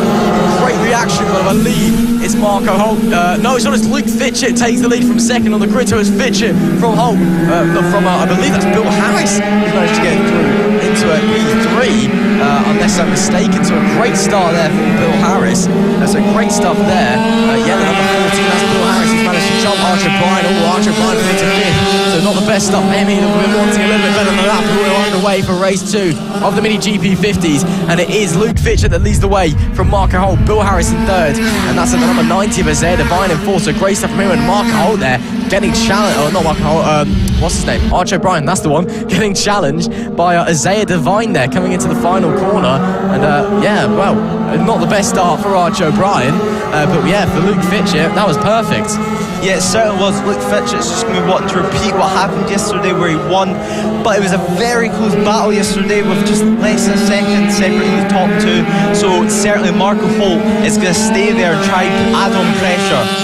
Yeah, he certainly is. And look at Marco Holt sticking with Luke Fitcher around that massive back section. Of course, no infield section for the big bikes, the GPs, the pit bikes, the extremes, the moto teams. It is just flat out coming from those sweepers into the final corner. It is a hugely fast section. Luke Fitcher leading the way. Marco Holt running P2. Luke Fitcher there, fastest lap of the race, 43.730. A great lap there from him. But of course, important to remember, lap record round here for the 50s at 43.4. The 50s have been it's been the class that we've seen closest to the lap record around here. Of course, that lap record was set back in 2019 by Josh Bannister. That's going back a fair few years into FAB history. So yeah, everyone else has been, maybe a second or so for the lap record, but the 50s, they've been very close. With the track evolution, I am wondering, Lewis, come the end of the day when it heats up, if they might be challenging Mr. Bannister for that lap record. Yeah, they certainly might, just as the track gets more rubbered in, the temperatures go up. As we see on screen, the iconic Spider-Man helmet. O'Brien, the double champion last year in 2 classes, being the AC40 Pros and the LC40 Elites. He had a successful season last year, and he's hoping for another good year this year. Exactly, of course, Archer dominated those 2 mini moto categories last year. Hasn't spent much time on this bike in the off-season getting used to it, so it might be a bit of a, seems like an off weekend if going from his form. Of course, Holt and Fitcher, 2 formidable opponents. They've been here before. They've got the experience on the bike. Archer Bryan, he's not spent a lot of time on that 50 bike in the off-season. Spent most of it on the 70s, but he also had a very busy off-season, of course, getting signed up to the MLab Vision Track Academy. Of course, the academy for the Vision Track racing team up in Moto 3. That's Michael Lafferty's team. So he's done very well for himself there. And I just want to point out, Luke Fitcher, I believe, has just broken the lap record for the Mini GP50s. He has. There we go. So a new lap record being set. Luke Fitcher of 43.325. So Luke Fitcher, we were talking about this afternoon. It's happened this morning. There you go. Luke Fitcher, congratulations. You're a lap record holder in FAB-Racing. I mean, Archer Bryan's already got a lap record here over in the Junior AC40 Pros. But Luke Fitcher, wow, that's a phenomenal achievement for him. So congratulations. That is the lap record. Yeah, that was great from him. Marco Holt as well under the lap record, so it's just showing he's got even faster. Hard. And he's 43 flat now from Luke Fitcher. This is an incredible pace. That is absolutely phenomenal. Another 3/10 faster. He's streaking away 1.2 seconds to the gap. Luke Fitcher in his absolute element at the moment. He is flying along in the lead. Another lap record, and he's just going to keep getting faster and faster. As the bike, it's just going to carry on coming to him across this race. The tyres are going to get warmer, brakes going to get warmer. He looks so comfortable out there, doesn't he? Just look at him through the corner, so smooth, so effortless as he flows through. And now it's all about, how fast can he go? He's just pushing himself, having a good time. He's got the lead of this this race in the palm of his hand, and he is loving every single second of it. Coming to the line now, does he set another one this time by? He does, it's a 42.9! Luke Fitchett, for the first time in FAB-Racing history, a mini GP50 into the 42s at Lydd. Unbelievable pace! Yeah, this is absolutely incredible to see. Luke Fitchett, you can just see how much confidence he has in his motorcycle. He's smooth, he's clean, and he's just doing this effortlessly. He's put the gap up now to 2 seconds for Marco as he sees getting in some lap traffic. I don't think he'll be getting it this time. I don't think he'll be getting it this time coming through that lap traffic. So maybe just a bit of a breather for Luke Fitchett, but into the 42s. Wow, absolutely flying is Luke Fitchett. Marco now coming up to that lap traffic as well. Got a bit of a battle further behind. That's Bailey Lawrence, Frankie Watson as well getting involved. I think Finley Polehill's in there as well. So yeah, that lap was a 44 for Luke Fitchett. So lap traffic really getting in the way. And now Marco having to negotiate it as well. So yeah, Bailey Lawrence, Harley Baker, Frankie Watson battling for P7 at the moment, of course. Bailey Lawrence on that number 09 pink and purple bike as she gets passed by Marco Holt on that red number 9 bike. But of course, it's got that very memorable minion helmet, hasn't it? And of course, it's great to see these riders battling further back in the pack as well. You know, even away from the front runners, you know, these guys are still super competitive and giving it that absolute all, no matter what. And as they come out into the final section, into the last corner, Luke Fitchett again, a little bit off the pace that time. So I'm wondering if he's maybe starting to run out of tyres, take it easy, or still got some traffic. 4 laps to go here as we head round into the opening section. And you can tell it's very, very close for this battle for 7th. Bailey Lawrence holding on for the time being. A little bit of a mistake from Harley Baker as he comes into chicane. So Harley Baker super, super fast into the corners, was just struggling with exit speed a little bit. So that could open the door for Frankie Watson, more lap traffic going through. Yeah, certainly. As we see, he's just trying to setting up a back marker there. But it's great to see battles all the way down the field. There's no one in this race that is slow. Everyone is learning every single lap in these smaller in this mini GP50 class. As we see, they're still trying to make their way through what looks to be Bailey Lawrence. But with just 3 laps to go, it looks like an incredible race in our hand, and with Luke Fitchett still just controlling the lead now, it looks to be with a 3.1 second gap. It's great battles so far with Harris, as you can see on your screen, in 3rd place. Yeah, exactly. The battle for 3rd place, Archie Harris and Archie O'Brien. Archie opened the season with a podium yesterday, P3, of course. Knowing Archie, he would have been disappointed and said it's not a win, he's upset. Well, not upset, but you know, he knows he can do better. Again, of course, not a lot of time on the bike over the winter for Archie.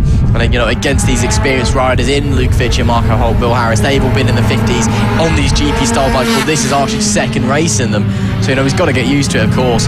But, you know, I'm sure it won't be long before we're seeing, you know, the Archie O'Brien that we all know, we all love, back on form. But now he's having a great little battle with Bill Harris, another very, very talented rider. And as I was saying earlier, before Luke Fitchett went and broke the lap record, Archie O'Brien, he's had a very busy off-season, of course, getting himself signed up to that Vision Track Academy. You know, that's a monumental achievement for him, you know, to be, you know, on such a prestigious academy at such a young age as well. You know, he's only just got onto Warm 3 bikes and he's already been signed up.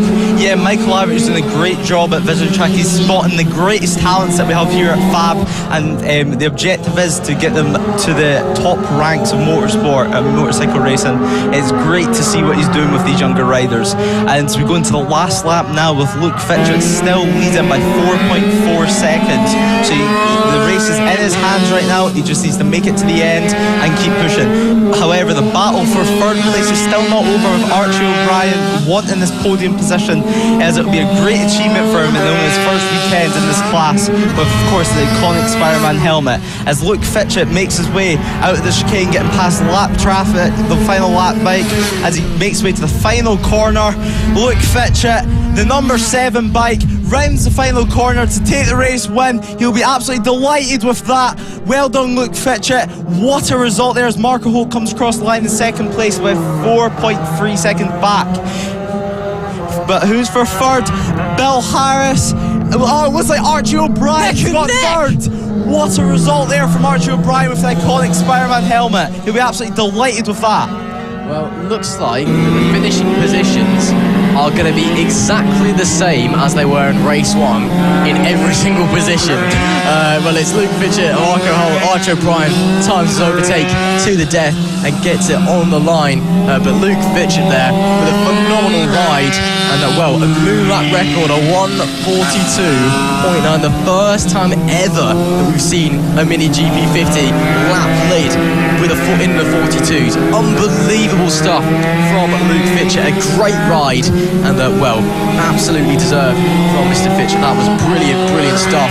Pipping Mark Hart, and again the exact same finishing positions as we had yesterday. Obviously a big crowd watching along here at Lydd, all of the people in the paddock watching along. You know, you've got friends, family, parents, grandparents. I've seen a few dogs running around as well. You know, it's everybody and everyone is here. We're all super excited to be back for FAB Racing, super excited to be back here at Lydd for the first round, the first Sunday in the first round of the opening weekend of FAB Racing, essentially the FAB Racing British Mini Bike Championship, and that was a brilliant race in the Mini GP50s. Of course, the first step onto Grand Prix style motorcycles for these young riders. But now that that's done and out of the way, I believe what we have going out next is the sidecars, but I can't quite see entirely. It's not the sidecars. It's extremes by the looks of things, so there's been a bit of a change to my schedule. No, it's not. I'm lying. I'm just blind. I misread that. My apologies. It's actually the extremes that are going on now. So now we've got the Extreme 200s. Essentially, it's known as the open pit bike glass. So it's basically the pit bikes that you saw earlier, but you can basically enter whatever you want, really. Yeah, yesterday's race was a great race in the Extreme 200 with a surprising result of Casey O'Gorman. Of course, looks like he dropped oil onto his rear tyre and crashed at the final corner, so it'll be interesting to see if he made it out today. We've seen the bike on tyre warmers this morning, so hopefully it means he is ready to race. Yeah, exactly. Of course, Casey O'Gorman again. I'll say what I said yesterday. If you're not familiar with Casey O'Gorman, get familiar with Casey O'Gorman, because you should be familiar with Casey O'Gorman. He is the next big star in motorcycle racing. Just so happens to be a FAB graduate, and again here this weekend with Extreme 200. Apparently there might be some water somewhere on the circuit from what I've heard, so maybe one of the bikes leaking some fluid out, so keep an eye open for that. And Marshall was just checking around the circuit for any fluid. Of course, safety is absolute paramount. We don't want anybody to be having accidents as we just wait to come around to the grid. And we'll just wait for everyone. I mean, that's what you get in the Extreme 200. You get GP style bikes, and you get pit bike style bikes. It's a bit of a weird combination, but it's a great example of the variety that we get here at FAB Racing. There is Casey O'Gorman in that number 7. It is officially the 172, but it's got the number 7 on it, on that pit bike style machine. Of course, he'll be probably shooting off into the distance, but again, leaking oil. We know that bike, it doesn't like keeping its oil in its tubes, so let's hope that he can stay reliable today, and get that win that he frankly quite really deserved yesterday, before it was all snatched away with quite a big accident as well. Yeah, it was quite a big accident at the final corner with the bike actually going into the wall, I believe, as we just wait for the riders to head out on their warm-up lap. Everyone has nerves starting to build now, as if we look at the front row next to Casey O'Gorman, it's Sylvan Mountney racing the British Talent Cup this year, a very talented rider that will certainly want to repeat the results from yesterday. Yeah, absolutely will. Of course, setting off on our formation laps here. You can just see, I mean, you've got big bikes, you've got little bikes, you've got GP bikes, you've got pit bike style stuff, so it is a very diverse grid here. But let's run you through the starting lineup anyway. Casey O'Gorman, as mentioned, goes off the pole, and he'll be looking to get the race win that he feels he frankly deserves after yesterday. Sullivan Mountain alongside him. There's David Ferns and Noah Guillory on the second row of the grid. Rossi Banham starts in P5 and Stephen Brooks in P6. Your reigning Extreme 200 champion, I believe, is Jack Andrews. He's P7 with Adam Redding. P8, Dan Merrin is 9th with Jan Guillory at 10th, and Ben Bridgewell is 11th. I say that Jack Andrews is a champion, and again, that's something to know. Extreme 200 is a class where it's often filled with riders that have other commitments. Again, it's great to see that the British Talent Cup doesn't clash and the BSB doesn't clash with FAB this year. But it's often you get riders coming and going because of other commitments that have another series. And Casey O'Gorman showed up for 2 rounds. Jack Andrews kind of been there on and off. He'd been leading the championship, and Casey O'Gorman showed up for 2 rounds and very, very nearly won the championship. He was only a couple points off due to a reliability issue in the penultimate race at Landau. So, you know, that just shows the quality of Casey O'Gorman. Yes, certainly, and this class just shows, although the bikes are different, they can still be extremely competitive. With yesterday with Mounsey taking away with the win, and David Ferrin in second place on the Supermoto style motorcycle, just showing, although this one class has different varieties of motorcycles, they're still extremely competitive, and it's not just one type of bike that dominates it. Yeah, exactly. So as we're lining up on the grid, Gorman from Mounsey on the front row. Looks like Mounsey hasn't actually lined up quite alongside Gorman, but well, here we go then. Extreme 200s. We wait for the point to the lights from the marshal. There is the point to the lights, so we all know what happens now. It's lights on. Lights off, we're underway here. A few wheelies pops here and there, but it looks like Casey. No, it's Sullivan Mounsey after Casey O'Gorman. Can't get the traction down. So Sullivan Mounsey manages to slide into the lead through turn one, but Casey O'Gorman, well, these two already shooting off into the distance. What is the response going to be from the current British Talent Cup champion? Up the inside, there's the response, and he's already back to the lead. There's a reason he won the British Talent Cup after missing 3 rounds with an injury and a mid-crashing rockhill. Straight into the lead, and he will be surely shooting off into the distance now. No discredit to Sullivan Mounsey, of course, but that bike and that rider in Casey O'Gorman at 172, it's a phenomenal combination. Further down the grid, it all looks to be okay. A few close battles here and there, some overtakes being launched into the final corner. Of course, again, no infield use here. There is O'Gorman, there is Mounsey completing lap 1, 11 to go. And so O'Gorman from Mounsey, from David Fern's the grid. A few riders changing places here and there, but overall it's all action stations. Yeah, it certainly is. O'Gorman not getting the best start there, but I do believe he has a 2-stroke engine set his motorcycle. So off the line it's going to be a lot trickier to get that in the power band, as with the 4-stroke engines that Sullivan Mounsey's on, has more power at lower revs. Yeah, exactly. Of course, 2-stroke engines. Again, if you're new to FAB, you're not the most technically astute. 2 or 4-stroke engines here in the 200 class. It's all about essentially how many strokes, how many basically revolutions the engine does before it does bang and makes power. 2-stroke engines, you've basically got to keep the revs as high as you possibly can. All the power is in the high rev range. It's the same with all 2-strokes, same in bikes, same in karts, same in cars, although you don't really get 2-strokes in cars nowadays. It's all about keeping the revs as high as possible. With 4-strokes, power band is much lower. You can really make some slow down. 2-stroke, you've got to carry that momentum through the corner. It's a very, very tricky riding style that you really do have to get used to if you've not ridden on a 2-stroke before. It's all about just keeping the revs high, make yourself flow through the corner. You've got to adapt your braking, your cornering, your acceleration techniques. It's all about getting that power down nice and early, keeping the revs high, driving out the corner, because that's where the power is. That's how you put Casey O'Gorman fastest lap of the race, 41.6818. Of course, that's I don't think that's going to be breaking lap records just yet. We did see it last time. Lap record in Extreme Time set by Charlie Nesbitt, who was on the grid today. It was set back in 2020 at 40.630. Let's see what Casey can do. I mean, of course, as the tyres have been getting the brakes a bit again, it's very cold in there, so we can see the bikes warming up quite slowly. So as the race goes on, it just gets faster and faster and faster. It's a big 1-2 laps and then it's on. It's just slowly coming to the riders out there. Let's see what he can do. I mean, we've seen just 1 lap left or broken. Maybe Casey, maybe Sullivan Mounsey feeling like it. It's still pretty close between those two, about a second separating at the moment. Let's see what happens over the remaining 8 laps. Yeah, Casey O'Gorman though, I do believe is somewhat helping Sullivan Mounsey, as they're about a second quicker from yesterday's fastest lap time. So he's being able to show Sullivan Mounsey where he can go faster and where he can improve on the circuit. As we see Casey O'Gorman sitting in our fastest lap of 31.4. Touching on the 2-stroke subject quickly, the Lydd circuit really does accommodate to the 2-stroke engines, with the fast-flowing nature of the circuit, dubbed the South karting, means that it's easier to keep the revs up than if they use the infield, for example. Yeah, of course. I mean, Lydd first constructed back in 1993. Very, very narrow, but very long and very, very fast. We see a few moves being made here. That's Noah Gillier under attack from Stephen Brooks.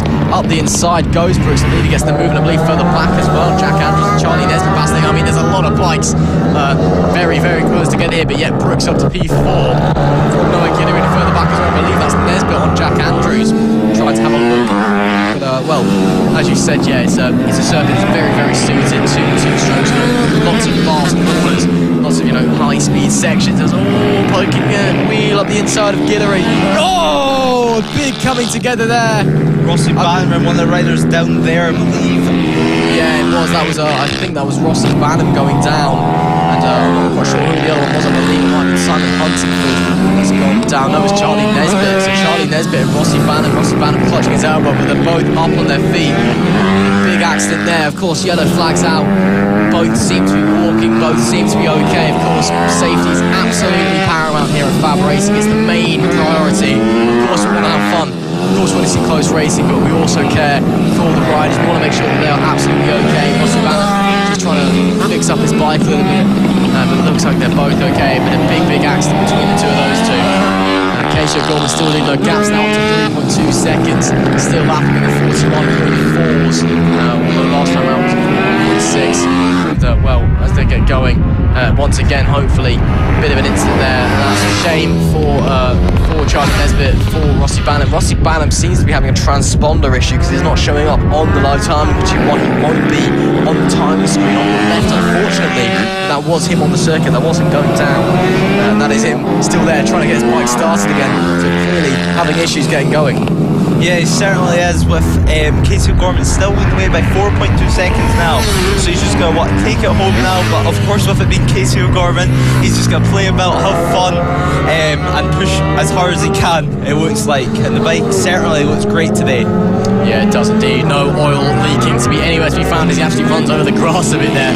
Such the aggressive line over the curb. I mean, of course, these pit bike style bikes, they can, as we said, riding all over the curbs, riding all over the grass. Casey's such a talent, isn't he? I mean, it's, of course, we've had many a FAB graduate go on to bigger and better things, in the British Talent Cup. And Casey, getting called up to the Red Bull Moto GP Rookies Cup this year alongside Eddie O'Shea, another FAB graduate. Of course, he's got called up to the European Talent Cup as well. I'm not entirely sure if he's going to be entering into that, but he did get the call up for it. He is such a special talent. I mean, you can see there, it's obviously clear when he's out on the racetrack. Yeah, Casey O'Gorman is an amazing rider. It's great to have him here at FAB. He's able just to tell the younger riders some information that he has from his experience, and you can just see how confident he is in that motorcycle. Slamming the bike down onto his knee, trusting the tyres. He trusts the bike even after yesterday. That is what makes him such a good rider. Although the bike went against him yesterday and threw him down the road for no fault of his own, he's able to get instant trust in that motorcycle again and be fast. Exactly. I mean, you can see there visually the gap between O'Gorman and Mounty is quite massive now. 7 seconds in the gap. I think Mounty maybe just taking it easy, having a few problems. His last lap was 2 seconds away from O'Gorman's last lap, with 2 laps to go this time by. Let's see if he's any faster this lap. Yeah, he also clearly some problems with some of Mounty, maybe some lap traffic on that final run around. But yeah, O'Gorman, he's a special talent. I mean, you don't need to know much about motorcycle racing to appreciate how quick he is. You can just be general car, motorsports, F1, whatever fan, even just a MotoGP, casual fan, turn up a racetrack, watch him go around for a few laps, and it's so evident that this is a special talent that we have on our hands here. He will be going on to big things in the world of motorcycle racing. But of course, right now the big thing that's in his mind is finishing this race and taking home that medal. It's the final lap, the yellow and black flag out for Casey O'Gorman, and it's an even bigger gap this time around between himself and Sutherland Mounty, the British Challenge Cup champion, leading by 8 seconds. Of course, he won that championship after missing 6 races, 3 rounds through an injury, and still won that championship. That is the quality that is Casey O'Gorman. He's just special. Yeah, he really is. He's so talented. As you mentioned earlier, it's just getting past some lap traffic, it seems. As you mentioned earlier, he only turned up for 2 rounds and nearly won the championship. As we see Casey O'Gorman heading down to the final corner now in the final lap of this race, as he goes to the line to take the race win. A wheelie from Casey O'Gorman. He's absolutely delighted from that as we wait for Sylvan Mounty to come home in 2nd place. Sylvan Mounty coming around to take the checker flag now with an 8.1 second gap. Solid ride there from Sylvan Mounty. Maybe not the result he was wanting, but there's always a race later. Exactly. There is, of course, to remind you, 3 races in a FAB weekend, and another race to look forward to in the Extreme 200 class. Another race for Casey O'Gorman. Look forward to another race for Sullivan Mounty to challenge for that lead. And as we get there is Casey O'Gorman winning by 8.1 seconds. The British Talent Cup champion returns to FAB and puts on a display. Sullivan Mounty in second place. Can't do anything about it. And it's David Ferns in P3 with Stephen Brooks in P4. Jack Andrews, reigning Extreme 200 champion, is P5. And Noah Guillory, P6. Summer Hunter in P7. Dan Merrin is P8. Adam Redding's P9. And Jan Guillory rounds up the top 10. I mean, I say that Casey O'Gorman's, of course, the British Talent Cup champion, but he's also the reigning Extreme 200 vice champion, and that's, of course, very important to remember. Yeah, it certainly is. As we see some young riders that were looking on there to Casey O'Gorman, he's a big person to look up to some of these riders. He's the person that's won the British Talent Cup, which a lot of these riders are aspiring to right now. As we wait for our next race, which is the Mini F1 sidecars, which, as we all know here at the FAB-Racing paddock, is something different to watch. Oh, it certainly is. I mean, of course, final note on Casey O'Gorman. I mean, he's already a celebrity in the world of British motorcycle racing, and he, bigger and better things. So just hedge your bets now on how many championships he's going to be winning and whatever series he winds up in, because he will. He is that special. He really is. But as you said, it's time for the Mini F1 sidecars. Of course, a bit of a different experience. Again, if you're new to FAB-Racing, it's not all about two-wheeled action. Sometimes we get some three-wheeled action as well, and it's bringing out the mini sidecars. It's as the name says, it's sidecars but mini essentially. And again, if you're new to FAB, Mick Williams is going to win. There's no point even trying to hide the facts at this point. There's no point trying to put a softener on the blow. He won every race last season, every race the season before that, every race the season before that, and I believe every race the season before that as well. And he won yesterday by about half a lap. There he is, Mick Williams, on that number 26, Red Bull liveried bike, with his passenger as well. Green Street in P2. These guys don't have a formation app, so I'll read the grid out for you now. Have a guess who's on pole, Lewis? Mick Williams. Well done, it is actually. Mick Williams takes the pole position. Jason's Green Street and the Green Street pairing lining up alongside him in that 90 bike, which you can see there. Obviously, they'll be looking to try and sneak ahead of Mick Williams for a short moment at the start. They're notorious for their strong starts away. And Mark Parker starts at P3. Vince Bailey goes from P4, and Iola Glover and Elliot Newton, the new pair on the grid, start from the P5 position. So there's no point trying to soften the blow. Mick Williams will win, but it's just something very, very different to enjoy. A much shorter race, of course. These guys, they've got much smaller fuel tanks, and of course it's bigger, more heavy sidecar. You've got to kind of lug all that extra weight with you, with an extra passenger, the extra bike, the extra sidecar, and it's just something very, very different. I mean, the technique need to use the rides at a sidecar is very, very different, and it's very interesting to see. Yeah, it certainly is. One thing to remember, this race will not have a warm-up lap. We'll just go straight into a race start. So as soon as the last rider is in place, we should just go to a race start. Yesterday, McWilliams was at almost 3 seconds a lap quicker than on his best lap compared to everyone else, and has a massive 14.8 second lead as we wait for the final checks to be done on the grid and the iconic point to the lights. As we wait for the lights to come on. Yeah, exactly. Waiting for the 5 lights that we all know and love. We're waiting as we can hear the 5 red lights go on, the revs go up, the 5 red lights go out. We're underway. It's a great start from the Green Streets, but it's even better for Mick Williams, as you'd expect, shooting off into the distance. Mark Parker inherits P3. Then Vince Bailey manages to squeeze through as well. And it says Chris Impey's out on the circuit again, which I'm not entirely sure about, because again he's not on our starting group, but he also turned up on the race yesterday, so maybe some transponder issues going on there. Yeah, there we see Vince Bailey trying to challenge the Green Streets to the head around the back section. But Mick Williams, he's already off and away for this 6-lap race. The Green Streets under a little bit of pressure there from Vince Bailey and that 369 machine. Yeah, it certainly is. But Williams just going to want to try and bridge the gap as soon as they can and play it safe like they usually do. They bridge the gap, and once they've got that gap, they don't push incredibly hard because they know they're faster than everyone else as soon as they are, with the first lap coming in being a 51.2, with everyone else being in the 53s and 54s, which just shows the true pace of McWilliams. I mean, off the bike! A big incident there, I believe. That was Vince Bailey's passenger going off, trying to get back on the bike. The bike, of course, tipping up, trying to get it going again. They have managed to get it going again. But yeah, problems there. I believe that was the 369 of Vince Bailey with those issues, trying to get going. Maybe some issues for the bike. He's trying to push it along. Yeah, clearly some issues getting going again after that incident. And of course, that shows, the danger of sidecar racing. The passenger is essentially just holding on what is essentially a little metal sheet on the ground. They're just clinging on to the other rider for dear life, hanging off the bike, and sometimes, you just slip. You've got to have all the strength in the world to stay on there, going around corners. And sometimes it just doesn't work out, and looks like it's done. Rider stands up. It looks like their day is finished.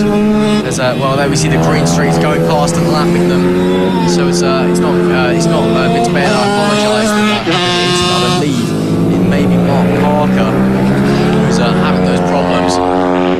The green streaks anyway continuing on their quest for P2. Mick Williams now into the 49.2s, but it's the 51s. Green Street's Jason Greenstreet, of course, behind the handlebars, and doing his absolute best in second place. Of course, they are. While Mick Williams is a clear best, the Green Street, they're also the clear second best on the grid. And let's not forget, they are a very talented duo in themselves. The bike, and they may not be, in terms of the sidecar and themselves, they may not be quite on Mick Williams' level. We know they're great fun to watch, and their starts as well, they are absolutely lightning on the reactions, it must be said. Very impressive to watch. Yeah, they certainly are. The outfit looks amazing on the number 90 bike as we have a look into the distance for more riders to come through.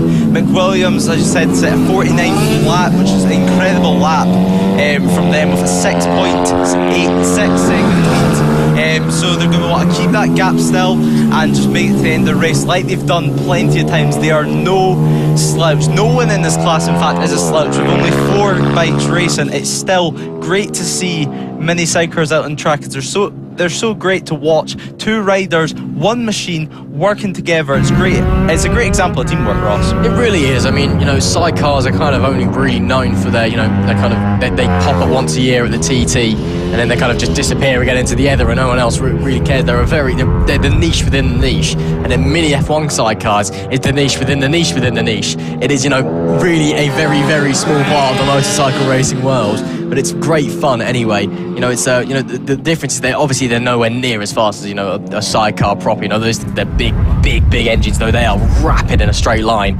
Obviously with all that aero cover that they have all over the pasture, because the sidecars they lose out in the corner. What they lose, they make up on the straights 100%. But in a mini F1 sidecar, the real challenge is the space, because they are mini. Last year, one of our commentators, Gareth, managed to, he was lucky enough to get a go on the sidecar. I believe it was the M sidecar he ended up going on. And, he got back into our international broadcast centre. We were off air at the time, and he was just like, I was essentially standing on a slippery metal plate that was, about half a metre by half a metre. It is absolutely tiny. And it's very impressive. These guys are basically clinging on to the rider for absolute dear life. It's very impressive to see. We are on the final lap of the race for Mick Williams as he comes round into the final fast section. And for once my predictions are right, but this wasn't even a prediction, was it? It's pretty easy to tell who's going to win this one. Yeah, it certainly was. Mick Williams, once again, an absolute masterclass from them. It's great to see a rider as we come in the final corner. Mick Williams wins. It's a walk in the park once again from them. It's a great result for Mick Williams. They'll be absolutely delighted with that, with a best lap of a 49 flat.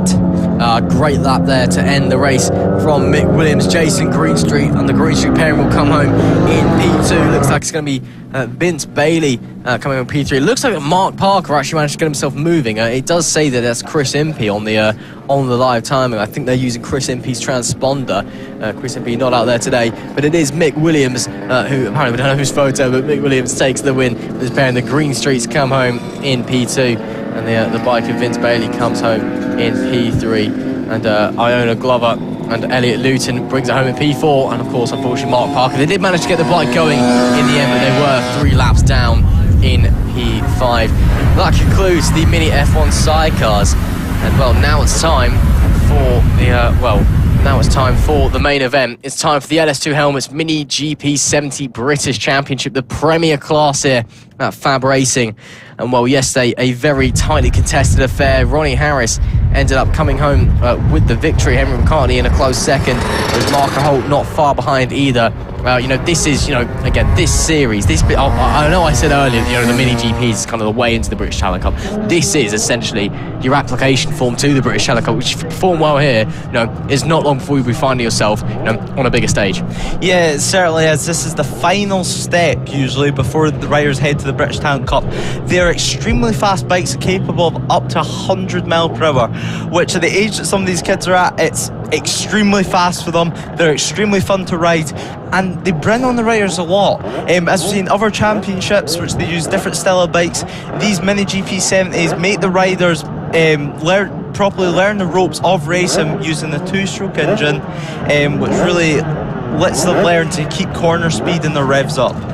Absolutely. I mean, you remember yesterday Ethan Sparks crashing out of qualifying, crashing out of the lead of the race as well.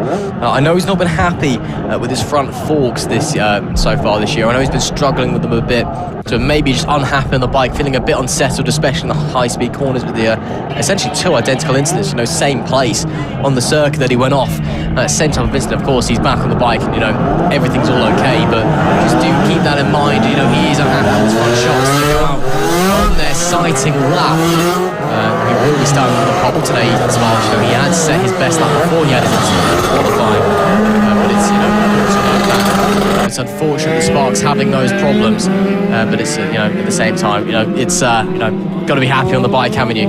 Yes, certainly. Ethan Sparks obviously winning the championship last season, and so far has had quite a disastrous first round. He's going to be wanting today just get to the end of the race first off and try to get some results out of it, as any more DNFs may just knock his confidence and might affect him going into the second round of the championship. Of course, Ethan Sparks is the reigning champion here in the Mini GP 70s. Obviously actually not old enough to go into the British Talent Cup since they upped the age limit, so he's stuck around looking to become the first ever double Mini GP champion in FAB-Racing, first back-to-back Mini GP champion in FAB-Racing on that note as well, which would be a great achievement. And of course, coming in as reigning champion, you've got to be favourite, but he's got to finish a race on the top step first before he can really stake his claim. There's Marco Holt sliding in to P3 as they complete their sighting lap. Yeah, field of 13 riders here today. A pretty healthy grid, it must be said. Again, it's being the top category. It's for the best of the best of the riders here at FAB-Racing. Looks like we might be having a rider arriving late who will be ordered to start at the back if they do come out of the pits on the formation lap. Again, the regulation is that if you aren't able to make the grid on the sighting lap, if you're unable to make the grid and once everyone's got to the grid and you still haven't left the pit lane on the sighting lap, you can start from the back or you start from the pit lane. But anyway, not knowing who it is that hasn't made it, Ethan Sparks starts from the pole position with Henry McCartney, race winner yesterday, alongside him. Ronnie Harris is P3. Apologies, Ronnie was the race winner yesterday, with Joshua Williams in P4. Of course, Joshua, very experienced rider. He's been off at the series, so we'll have to see how he does. And as well, we've got Marco Holt in P5 with Luke Fitcher in P6. Samuel Monson and Harry Payne make up the fourth row of the grid, with Blake Wilson and Ollie Sims rounding out the top 10. And there's Ruben Bray, Noah Guillory and Hayden Whiteman. Yeah, this should be a great race. It's a healthy race. It's a healthy racing class as well, with about 13 riders in it, which is great to see so much young talent in this class, hoping to make the next step to the British Talent Cup. As we await the riders just to complete their 2 warm-up laps, to warm up their minds, their brakes and their tyres. So as soon as the race gets underway, they can go full at it and hopefully for a good result. Yeah, exactly. I mean, we've been seeing today. It's very, very cold out there in Kent at the Lydd car circuit. The track surface obviously quite cool. So it's been taking a while, even into the race, for the tyres and the brakes to get up to temperature. So it's good to see 2 sighting laps. So as well, if you're just joining us, hello and welcome. You are just in time for race 2 of the LS2 Helmets British Mini GP Championship. It's a pleasure to have you along here for the opening round of the FAB-Racing Mini Bike British Championships. Of course, we've had most of our race 2s. We've got this one to look forward to, and then our final race 2 before we head on to the final races of the day, the race 3s of the weekend. But everyone lined up on the grid and waiting. As we get waiting, how is Ethan Sparks going to respond to 2 incidents in 2 sessions, missing out on the win yesterday? We wait for the point up to the light board, and we wait up for the racing to get underway. And the lights come on. Lights off, we're underway. It's a great start there from Henry McCartney, but I believe that Ethan Sparks is going to maintain the lead through turn 1. Further back, a few riders changing places. As we look away, it is Ethan Sparks that leads this race from McCartney, and Marco Holt, unfortunately not the best start. He's dropped down to P5 overall, so it looks like it's going to be Ronnie Harris in P3 from Josh Williams from Marco Holt, but Ethan Sparks leads this race. Yeah, he does. Ethan Sparks has won a great race today. As we say, crashed out yesterday and crashed out in qualifying at the exact same corner. So Ethan Sparks is going to want to try and get away from this race and focus on himself, but Henry McCartney is right behind him. Henry McCartney is not going to let this go easily. No, he certainly isn't. As they round the final corner, Ethan Sparks leads the first lap, but Henry McCartney looking this way and that way. Luke Fitchett with the fastest lap of the race, of course. Luke has been performing well all weekend, but he's been super strong, and well, again, a new lap record in the 50s early for Luke Fitchett, so he knows how to ride a Grand Prix style motorcycle around this Lydd kart circuit. Of course, the 70s a bit more powerful than the 50s, a bit faster. Let's see if Luke Fitchett can get a move on it. Of course, the lap record in the 70s is a 41.314. We're a little bit off that just yet on the first lap, but let's see how close we get once the tyres and the brakes and all that get warm. Henry McCartney still chasing down Ethan Sparks as we get moving through the field. Luke Fitchett, the big gainer so far. He's gained 2 positions up to 4th place, and we're now in the 42s. Josh Williams at 42.4 off the road. Is that McCartney? I believe that is McCartney off the road from P2. So Henry McCartney has a tumble, gets the bike going again, but from second on the grid, the pressure on Sparks lifted. Henry McCartney's got a tour ahead of him now. Tumbling this early in the race is the opposite of what you want to do. Yeah, it's not what you want to do in this race. This is going to let Ethan Sparks hopefully get a small gap and be able to bridge away. Ronnie Harris, on the other hand, will be absolutely delighted with there this. goes Luke Fitchett. Looking up the inside, but he cannot make it work. Ronnie Harris, of course, part of the Vision Track Academy by Michael Laverty. It's a great academy and a great system to get young riders through. Yeah, of course, it was great to see people in the academy in both the 50s and the 70s. We've got Archer Bryan and Ronnie Harris in that Vision Track Academy, but it is still Ethan Sparks that leads this race from Ronnie Harris. Luke Fitchett in P3, he's looking very pacey again with that lap record early today. He's going to be one to keep an eye on, and look at that Marco Holt. While these guys are stacking up against one another all the way through, he's going to get closer. He's going to be looking 9 laps remaining in race 2 of the Mini GP70s, the premier class at FAB-Racing. Bit of a wobble from Ethan Sparks again. I know he's not happy with his front forks, but I've been seeing that as he comes out of the right, just a little bit of a bump. The bike just catches it really weirdly, and he's just oddly upright as well on the exit of the final corner. But whatever he's doing, whatever he's suffering with, it's still working anyway. Still leading this race. 0.3 of a gap was the gap at the line last time round. Joshua Williams now fastest after the race of 42.2, but it's all very close in terms of lap time, all roughly in those low 44s, maybe in fact the last lap, all the top guys was all within the 42.4s until Joshua Williams when we got that 42.2. That is ridiculously close. Yeah, it certainly is. Ethan Sparks, as you mentioned, is not comfortable with his motorcycle, but although he's not comfortable, he's still leading the race. It just shows off his talent. It's Luke Fitchett once again just looking up the inside going into the final corner on Ronnie Harris with the iconic number 7 in the same style as Barry Sheet.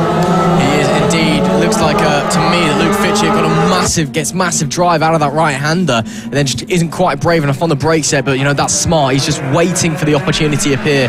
As Ronnie Harris, still maintaining that second place. Marco Holt getting very close as well as they go through some laps traffic. So Sparks from Harris, from Fitchett, from Holt, as they come round now with 7 laps to go here in the LS2 helmets, British Mini GP70 Championship. And again, Sparks didn't quite see it that time. There goes Luke Fitchett this time, even closer this time. Luke Fitchett surely up the inside. No, again, Luke Fitchett just doesn't quite commit. I know that he's drawing alongside, but he's clearly just biding his time. He's just waiting. He's just not quite confident enough on the brakes. But Luke Fitchett is absolutely flying at the moment. He just needs to nudge his wheel ahead into the corner and get as far over to the clean side of the circuit as he can to know that he's got the confidence to be on the brakes and be in second place on the exit of the final corner. Yeah, Luke Fitchett is just rehearsing that move in the final corner and keep potentially waiting to do it when it counts on Ronnie Harris whenever he's least expecting it. But the issue is, if they battle too much, you could let Ethan Sparks run away with his victory, which all riders do not want. Exactly, a bit of a wobble on the exit of the corner there for Luke Fitchett that I saw, but he's still in P3. But he was still drawing alongside Ronnie Harris as well. Ronnie Harris standing up quite quickly out of the corner. And while these guys are not battling, heavily putting pressure on each other, Ethan Sparks starting to gain a bit of a gap, 0.3 of a second at the line last time round. But while these guys are battling as well, look at that. Marco Holt was kind of just out the back of this pack. This pack's just grown because now you've got Josh Williams, you've got Blake Wilson catching up. That was Samuel Munson kind of having a look there as well. Harry Payne on the 11 of 42.1, fastest lap of the race as well. Still about 0.8 of a second off of the lap record round here, so the 70s not quite as quick as the 50s in terms of pure pace. In regards to the lap record, they've got, of course, about half a second up to a second faster around here. Still Ethan Sparks in the race, 4 laps to go at the line this time. And while Mark Holt's been focusing again, Joshua Williams sneaking up behind, and surely he's thinking about getting involved in this lead battle now. Yeah, Harry Payne, as you mentioned, with the fastest lap of the race.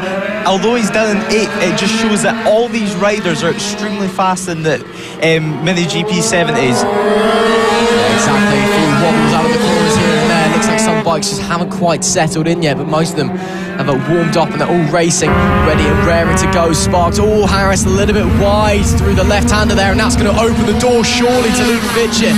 The second he leaves that slipstream, that hole in the air that's just punched by Ronnie Harris, it's like the bike just hits a brick wall in the air, even at these, comparatively low speeds on the kart stand. These are still Grand Prix bikes. They rely so much on slipstreaming. So, he's getting the massive run out of the corner as Marco Holt there to the outside of Luke Fitchett, trying to make it work, can't make it work, but he was certainly having a go. So Luke Fitchett in that slipstream is so fast out of that corner, but just hits that brick wall of air the second he leaves the corner. And again, that's probably why he's not as confident on the brakes, because he knows he's not quite ahead enough, he's not quite alongside enough to challenge into the final corner.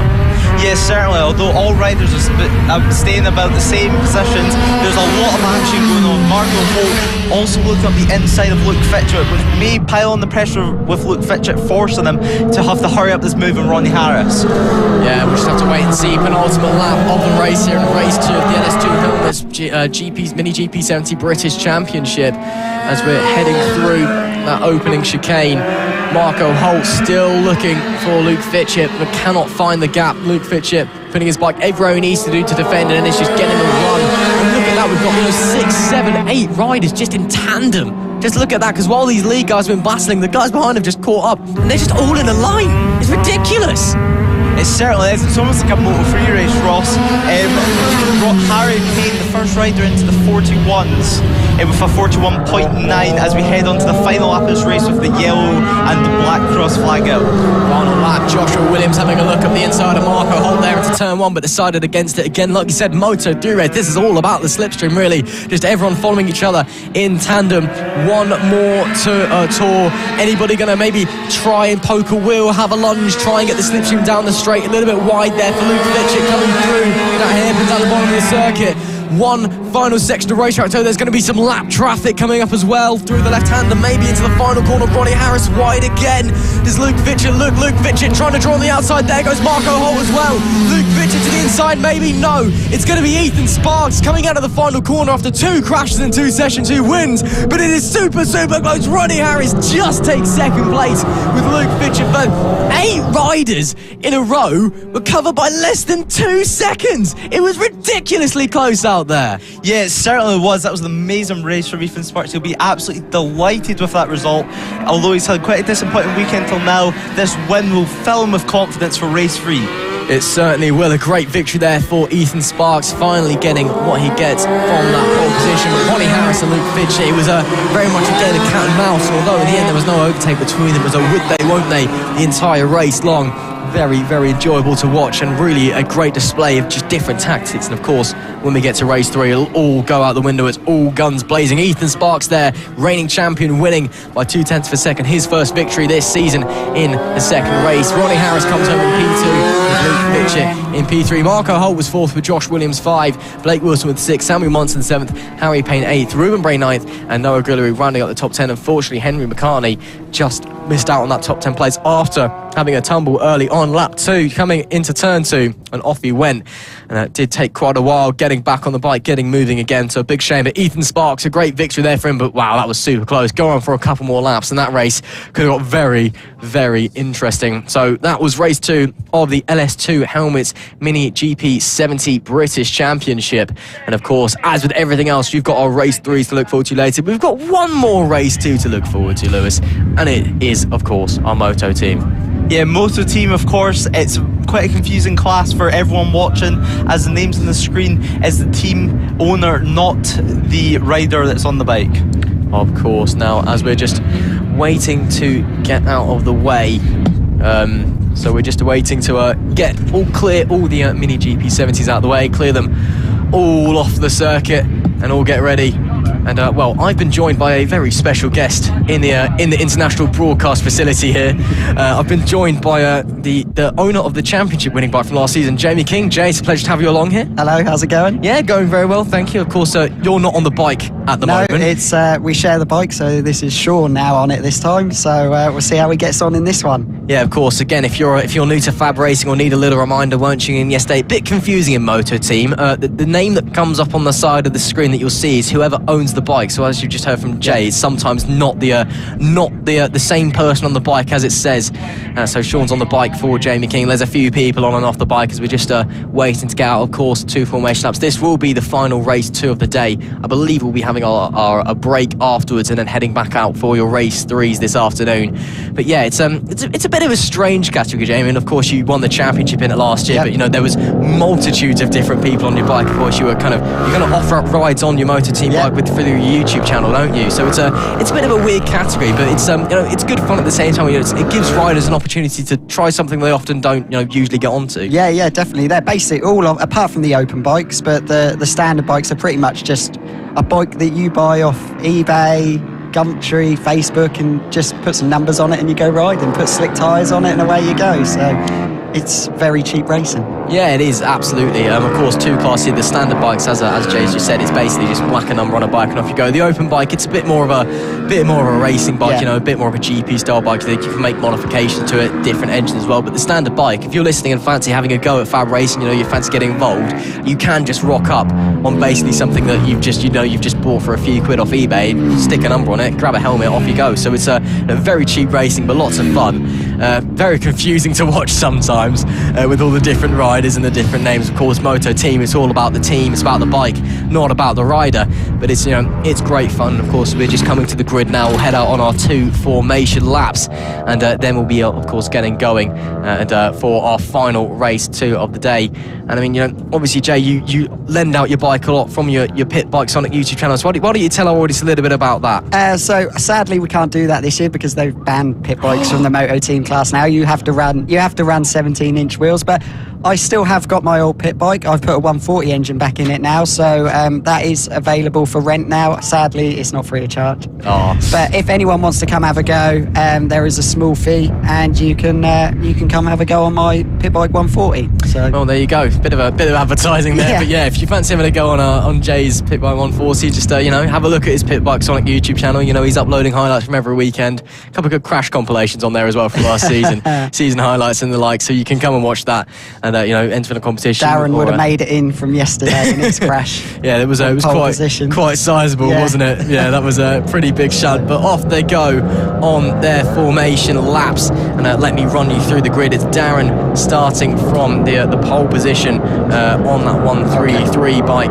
with Warren Guantario going alongside him in P2. Then it's the number 96 of Will Harrith in P3 with Keith Bolton in P4. Ian Jackson is P5, and Jay King's number 1 bike with Sean on it is going from P6. I believe it was you had a deal with Sean, didn't you, Jay? It was whoever was faster and qualified got race 1. So I came second in class yesterday, so Sean has to win to get the last race, which who is the lad who won? Warren.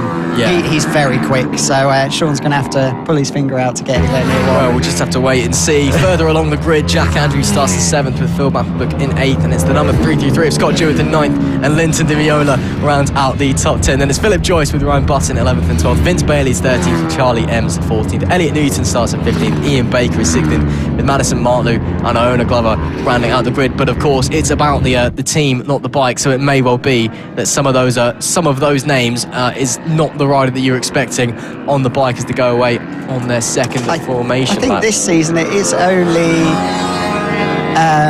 it's me and Sean who are sharing a bike, and I believe Nathan Riggy and Jack Andrews are sharing a bike, and on the Aprilia, which I believe is the 144, is it? Jack Andrews. The 144, apparently, I don't think it exists, but Jack Andrews is on 14, not 11. Yeah, number 14. So that is Jack on that bike, and that was Nathan on it yesterday. So it is Jack on it today. So it's there you go. So Jack and Nathan sharing a J in the bright yellow leathers. You can't miss it. Yeah, there he is. You just see him coming around the back there. So it's so a few riders sharing, but not as bad as it has been in the past. I know last season it was sometimes you get there, it's just an entirely different field. It was like no idea what's going on. Could change throughout the season. It's very good because if you're injured, then you can just hire someone else to come replace you. So. Or if you can't be bothered, to be honest, you're a bit tired, fancy a nap or some snacks, just go, do you want to have a go? Yeah. It is good fun. Of course, Will Howarth did take the win yesterday on that number 96 bike. Very different to his normal riding standard, but that's what Motor Team is all about.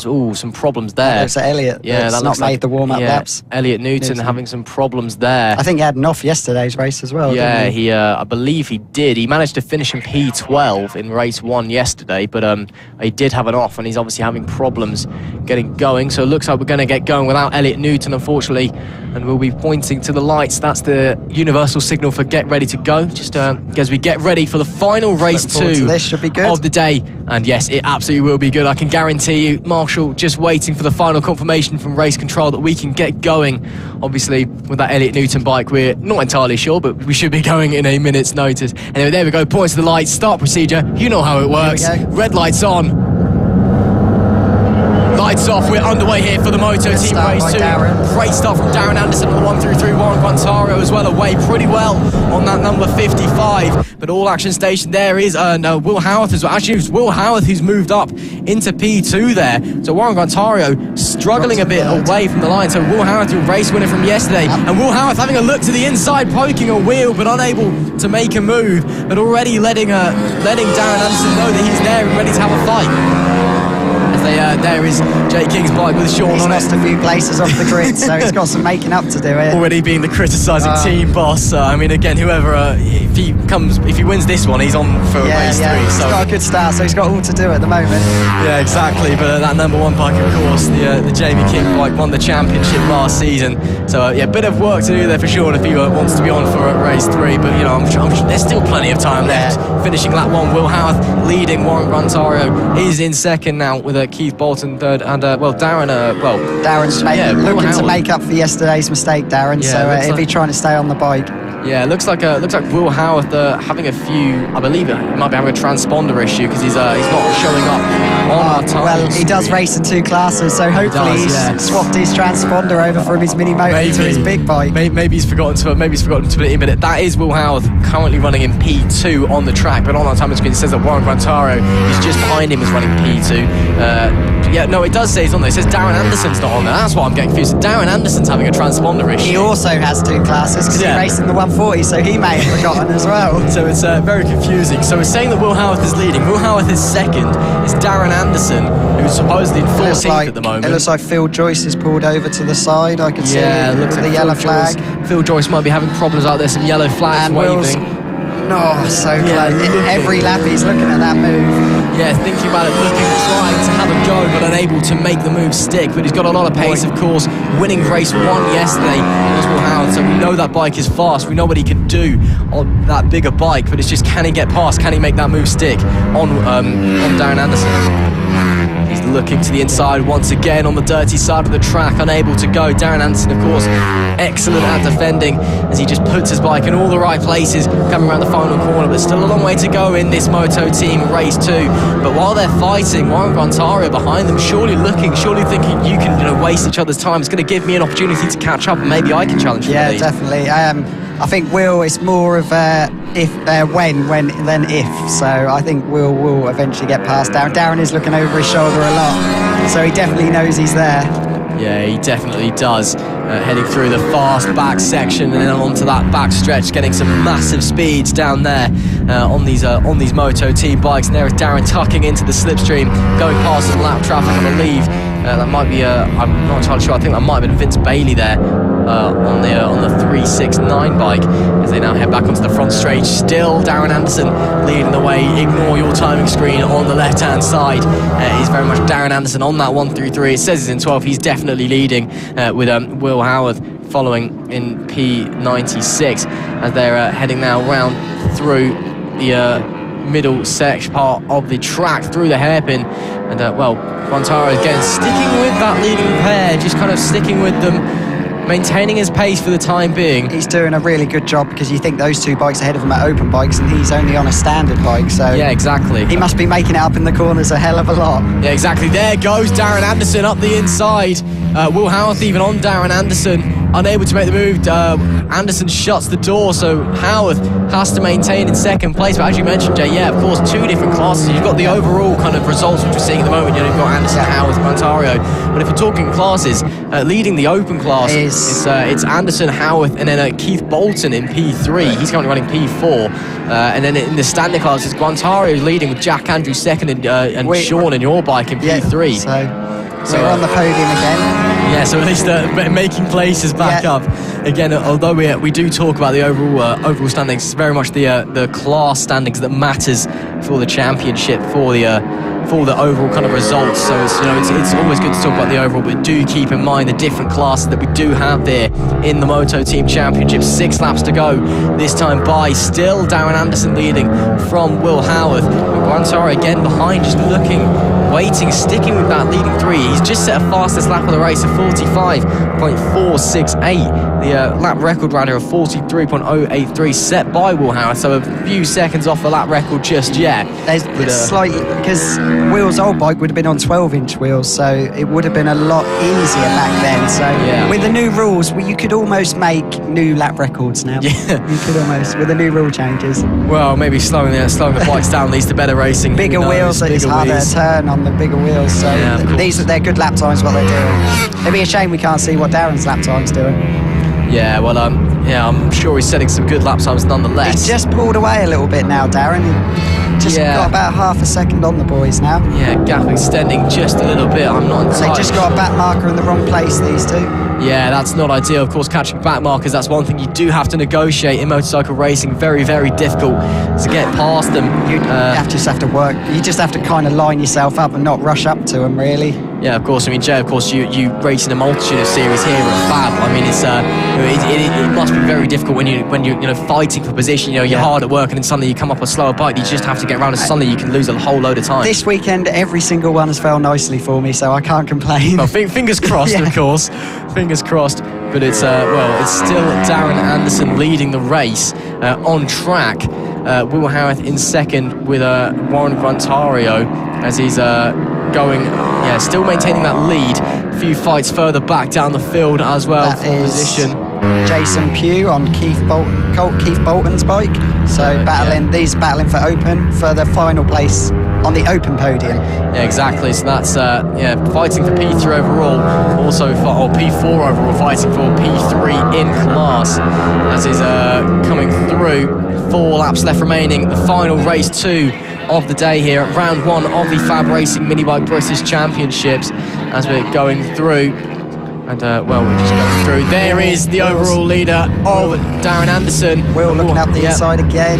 He's got a lot of pace on the bike again. We know that he won yesterday. Of course, Darren did have that fall, but he's still pushing hard.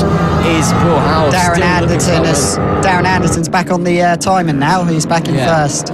So yeah, officially back in first now after leading, half the race, and we not really know where he is, but he's back in there as well again, having a look to the inside. I mean, he's been having lots of looks, but he's not been making lots of moves. And, he's starting to run out of time. If he wants to win this race, he does need to, pull the trigger, pull the pin, and give it a go up the inside. We know he's got the pace. He's been having so many looks. He's just been looking this way and that way, and there he is, drawing alongside Darren Anderson. There we go, surely breaking into the final corner. Who's going to get in front? No, it's still Darren Anderson leading this race, closing the door. Markers now, really in bad places. Yeah, that's not going to be great. And that's helped. That's helped Darren a lot, that has. That's massively helped Darren Anderson. That's going to have cost Will Howarth a lot of time coming through the first. And again, another one now. Just dreadfully placed back markers. Rubbish luck for Will Howarth, but that is again, how back markers work. It's just about luck, unfortunately. You've just got to catch them in the right place. And Will got both of them in both chicanes. Exactly. Darren Anderson got lucky, got them before the chicanes. Will just got both of them in the chicanes. We're on the penultimate lap of the race here, so I don't know what the gap's going to be as they come to the line, but visually you can see it's much, much bigger, and that very may well be Darren Anderson's with a huge sigh of relief beneath his helmet. He's going to have to be on lap record pace now, Will, to catch him up. I just don't think he's going to do it now. Well, we'll have to wait and see anyway. Anything can happen as we go on to the final lap of the race. The yellow flag with the black cross indicates one more tour of the circuit for the leaders. Darren Anderson with a very comfortable lead is up to a second now. So Will Howarth, unless Darren Anderson makes a mistake, looks like he is going to have to settle for second. Hugely unlucky there. That's our race leader of the standard class. That is race leader of the standard class. That's Quantario going down. Having problems getting the bike going again as well. So he's going to lose third place overall to Keith Bolton, I think. Jack Andrews. Wow, that's big. Yeah, that's big, that is. That's gone down, and it's not getting restarted, is it? But there is your race leader in the open and overall. Darren Anderson rounding the final corner. Little bit of lap traffic, but it doesn't matter. He's going to take in the win. But there's Will Howarth. There's Will Howarth up the inside. Who is the race winner? Darren Anderson. I think he got it just by 400ths of a second. What a last lap by Will to pull that gap in. Will Howarth at the 45.2, a massive final lap there from Will Howarth. Hugely huge final lap. Of course, Darren Anderson looks like he came across some traffic, but a huge final effort from Will Howarth. But 400ths of a second at the line. That is ridiculously close. I thought Darren had done it, but Will, that last lap must have been perfect. Yeah, that must have been a pretty special lap. That must have been absolutely phenomenal with the fastest lap of the race there. 400ths is the winning margin with Darren Anderson. By millimetres, pips Will Howarth at the line for the race win. Keith Bolton comes home in third. You're 1, 2, 3, all in the open class. Fourth place also in the open class. The number 12. Jack Andrews getting the win in the open in the standard class. Yeah, so Phil Waffenbeck is fourth, and Jack Andrews winning in the standard class. He's followed by Juan Guantario, who dropped down to sixth overall, but second in the standard class. And there's Linton de Miola in P7 in the open, and then Sean managed to get P3 in the not too bad on your bike in P8, but you'll be in race 3. So I'll be out there in race 3. I'll get some of those points back. Yeah, exactly. Fighting for that win, of course. And it's Scott Jewett and Iona Glover with a great result, P10 overall. They're both in the standard class as well. That concludes our race 2s. I see some riders getting ready, so maybe we're going to get the pros before lunchtime. Yeah, it looks like we should be going back out for race 3 for the AC40 Pros. So we're going to get a couple more races in. So we're going to have the final race of the AC40 Pros. Thank you for joining me, James. It's been a pleasure. And of course, good luck with all your racing activities later this afternoon. Yeah, hopefully some more good results. Thank you for having me. Oh, it's an absolute pleasure to have you in the commentary with Jamie King, everybody, with his bike with Sean on coming home. P8 overall, P3 in the standard class. And as I welcome Lewis back onto the microphone, well, looks like we're going to be going with the AC40 Pros for their race 3. So they're going to be done and dusted before lunch. So they, some parents might as well just be leaving straight away. But a few more races before we go to lunch. Yes, certainly. That was a great race there in the Moto team race. While I was out, I had a quick walk about the paddock. The sun shines out. There's a slight breeze, but it's not too strong for these smaller mini moto motorcycles, and it's definitely heating up. Yeah, it's definitely getting warmer in our international broadcast centre here. I can tell you that much. I mean, we are inside, of course, but, you can still kind of feel the temperature rising outside as well. It has a knock-on effect. It's kind of how physics works. So we will be getting going again, hopefully soon, for the AC40 Pros. Harrison Day's taken 2 from 2 so far. He won race 1 and race 2. Byron Johnson came home in P2, P3, I believe, in race 2. It escapes me who it was, but in race 1 it was Oliver Hall who managed to get P3. Oh, it was the same top 3 in both races. So both races it's been Harrison Day from Byron Johnson from Oliver Hall, your top 3. Of course, Oliver Hall, last season's rookies champion. Nice and healthy grid to look forward to here in the AC40 Pro class. There goes Zach Pennegar's dad, just walking up the edge of the screen as we're getting ready to go racing once again. Yep, welcome if you're just joining us. This is the AC40 Pros, the first of the race 3s this weekend. This is their last chance to be able to win a race before we have a month's break until the second round. These are air-cooled motorcycles that are capable of up to 52 miles per hour, I believe. 45. No, it is 52 miles per hour with a 40mm restrictor. This class is open for 7 to 13-year-olds with some experience, which is really fast for these young children. I mean, absolutely. I mean, kind of getting into obviously the rookies class, the AC rookie class. We'll be seeing their final race just after this as well. That is very much the. It's very much the proving ground. That's where you learn the ropes of motorcycle racing. As obviously back onto the infield section that the mini motors are using. A bit confusing, but obviously the smaller bikes, they are using that tight and twisty infield section, so they're not hurtling into the final corner. They're actually on the brakes a little bit earlier for that tight section. The rookies is really the proving ground. It's just about learning the trade, learning what to do. John O'Gorman in the grey top there, just walking Casey and Ollie O'Gorman's dad. Ollie O'Gorman, of course, we'll be seeing him in a moment's time. He's racing in this class as well. It's the pros is really where it really starts to get going. This is where you've learned the ropes. Now you need to start performing, start showing your worth, showing that you have what it takes to be one of the top talents in motorcycle racing in the future. And it's great to be seeing the young kids getting out there with such bravery and dedication and really just pushing themselves to the limits and showing what they can do. Yes, certainly. I believe for this race we'll only have one warm-up lap, and the riders are going to get themselves prepared in this warm-up lap. They're going to be ready to battle first for the first lap. It's all out in this race 3, but of course we will be seeing some of these riders later on in the LC40 Elite. There we go. Bit tongue-tied there. And as we see on the second row, one of the Johnstons, they had a great opening morning in the LC40 Elite class. So they should be up to speed, ready to go for his final race of the day. Exactly.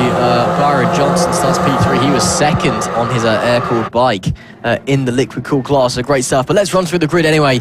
It's Harrison Day. He's got 2 from 2 so far. Can he make it a hat-trick? Going from pole position. Sam Gardner would be starting from second, but unfortunately he's been ruled out by the medics after his incident in race 1 yesterday. So I assume that good slot will be empty. So I'll just read the rest like it's the normal grid, but I'm going to assume that second of the grid will be empty. If not, it'll get filled out by Byron Johnson, who starts in P3.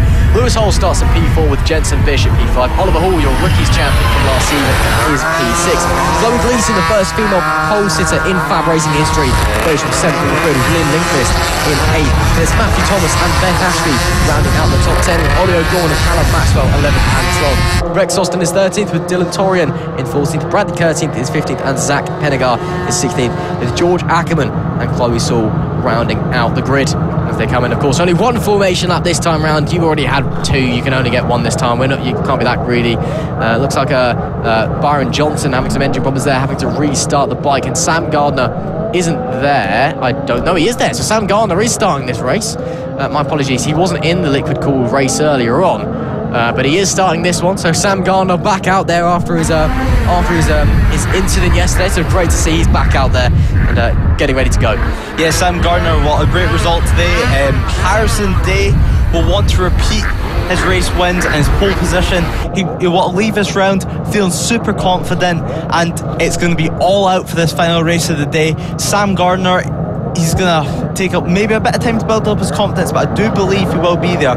Byron Johnson, on the other hand, as we look to the lights, point up to the lights, lights are on, lights are off, riders are kicking away, and it's a great start from Harrison Day is leading the way from Sam Gardner, I believe. Yep, Sam Gardner in second place. Sam Gardner, of course, had the crash at the start of the weekend. He's building up his confidence, but it looks like from lap 1 he's pushing as hard as he can. It's a great start as well by Byron Johnson, who of course we've seen earlier today in both the first Pro race and the LC40 race. Yeah, Harrison Day leading the way on lap 1 so far. Gardner and Johnson were getting ready. Oliver Hall, great start from 6th from the grid up to 4th place. Jensen Bishop, Liam Lindqvist as well. Another great start from him. He's up to 6th and 4th. Chloe Gleason doing well.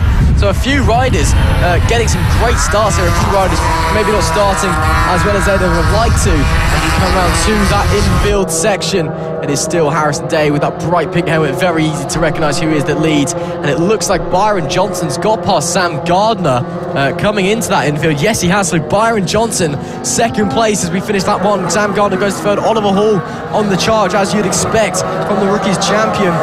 There's Jensen Bishop 5th. Oliver Gorman up to 6th. Chloe Gleason, Matthew Thomas up to 8th. Liam Lindqvist now back down to 9th place. Beth Ashby running in 10th where she started. That's your top 10 as we complete the first lap. As they come round now into the hairpin down the bottom end of the circuit. Jensen Bishop putting some pressure on Oliver Hall. Oliver Hall's had 2 third places so far this weekend in the AC40 Pros. I'm sure that he'll be looking to get back on there for the final race of the weekend for these young riders. 8 laps left remaining. It's Day from Byron Johnson from Sam Gardner. And there is Byron Johnson all over the rear wheel of Harrison Day. I don't know if Hayes made a mistake or Johnson's just turned up the wick, but suddenly Byron Johnson is looking very, very tasty out there. Yeah, just 7 laps to go now as Harrison Day still leads the way, and with Byron Johnson sitting at 56.9, so it's just a superb lap from Byron Johnson that's put him right behind Harrison Day. Indeed, he has Harrison Day defending for his life as it stands, but it's still Byron Johnson all over in the rear of his bike. And well, Byron Johnson again got 2nd in the liquid cooled race earlier and trying to use the drive out the corner to accelerate past Day, but can't make it happen at the moment. But surely with a bit of slipstream on the brakes, he's been very good on the brakes this weekend. He might be able to make some magic happen into the infield section. I think he's going to be too far back for the time being though. Yes, he is. Byron Johnson. Look how close he gets to the back of Harrison Day through the hairpins. He carries so much speed into the corner that Harrison Day just doesn't have.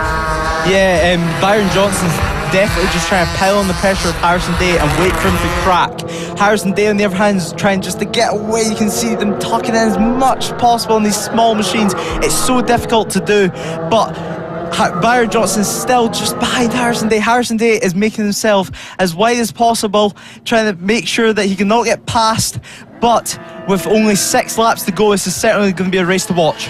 It certainly is. Harrison Day still holding on to the lead of the race. Byron Johnson again trying to use the drive from that big hairpin, that big 180-degree sweeper to just accelerate past Harrison Day, and Byron Johnson's a lot closer this time by as they come around the right-hander and into the infield section. Maybe this time he's going to have a look. Harrison Day on the defensive, Byron Johnson to the outside. They're just out of the camera shot. Oh, looks like Harrison Day just maintaining the lead, but Byron Johnson to the inside, through the hairpin, and Byron Johnson into the lead of the race. Beautiful little move there, saw the opportunity. Harrison Day ran wide and he just stuck himself through there, and there goes Byron Johnson into the lead with 5 laps remaining. Harrison Day, how can he counteract that? Will he be able to fight back, or has Johnson got it in the bag? Yeah, it just looked like Harrison Day, the small bobble in the front tyre going into the hairpin that ran him wide. But now Harrison Day is not going to let this race win go without a fight. He's going to be doing the same thing as Byron Johnson did and just staying behind as close as he can, trying to pile on the pressure. He certainly is. These two have streaked away from the pack. It's nearly 4 seconds back to Sam Gardner in 3rd, who you can just see past the bottom of your screen there. Harrison Day very, very close to the back of Byron Johnson, heading through the sweepers. Maybe he's going to have a go this time. Looks to the inside. Johnson on the brakes later, nothing yet from Harrison Day. Almost side by side through the hairpins. Harrison Day pushing, but he's got to set up that overtake first. Still 4 laps to go. So it's not total disaster panic mode yet for Harrison Day, but he's got to think about making that move sometime soon. 4 laps left to go at the line this time. Byron Johnson leading the way, looking to spoil Harrison Day's day. Certainly, Harrison Day setting the fastest lap of the race with a 56.7 on the last lap there. Harrison Day is trying as hard as he can. He's just trying to show his front wheel to Byron Johnson to let him know he's there, and Byron Johnson might feel a bit more pressure with that and potentially make a mistake. Well, Byron Johnson's a very experienced rider. He's been racing for a few years now. Obviously very familiar to the pros category. And, well, he'll obviously not be wanting to make a mistake. Harrison Day, we wanting him to make a mistake. But as we carry on going round, a few riders out the back. There is, I believe that's Oliver Hall there, I want to say. And it is Oliver Hall.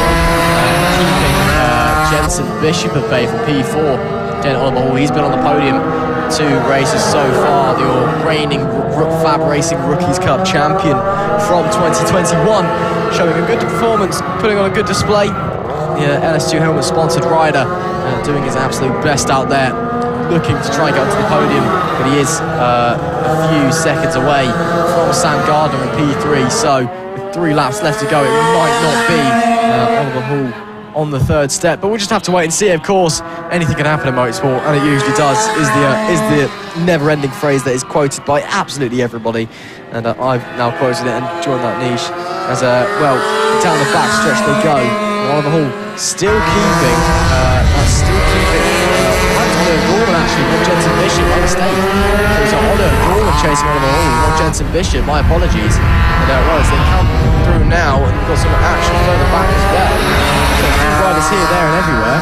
So, maybe it's the time it's going. I'm not entirely sure, but Oliver Hall's in thought. Certainly, it's a great ride from Oliver Gorman and Oliver Hall. Oliver Hall will want to get to 3rd place, but it's certainly looking out of reach with just 2 laps to go in this race. Looking at the lead again, the gap is only 0.2 of a second, so it does not mean that this race is over yet. Harrison Day will want to win this race with it being the last race of the weekend for them.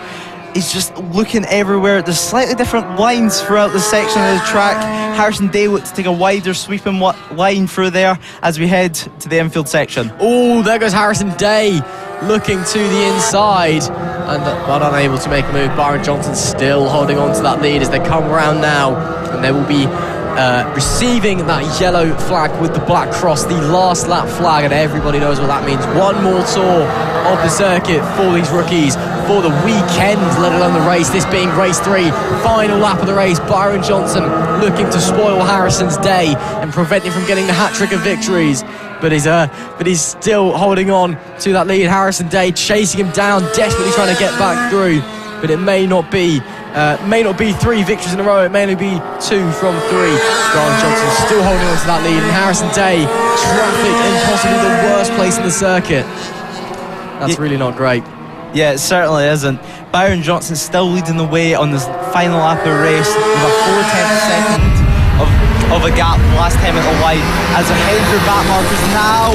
It was Harrison Day is catching up now.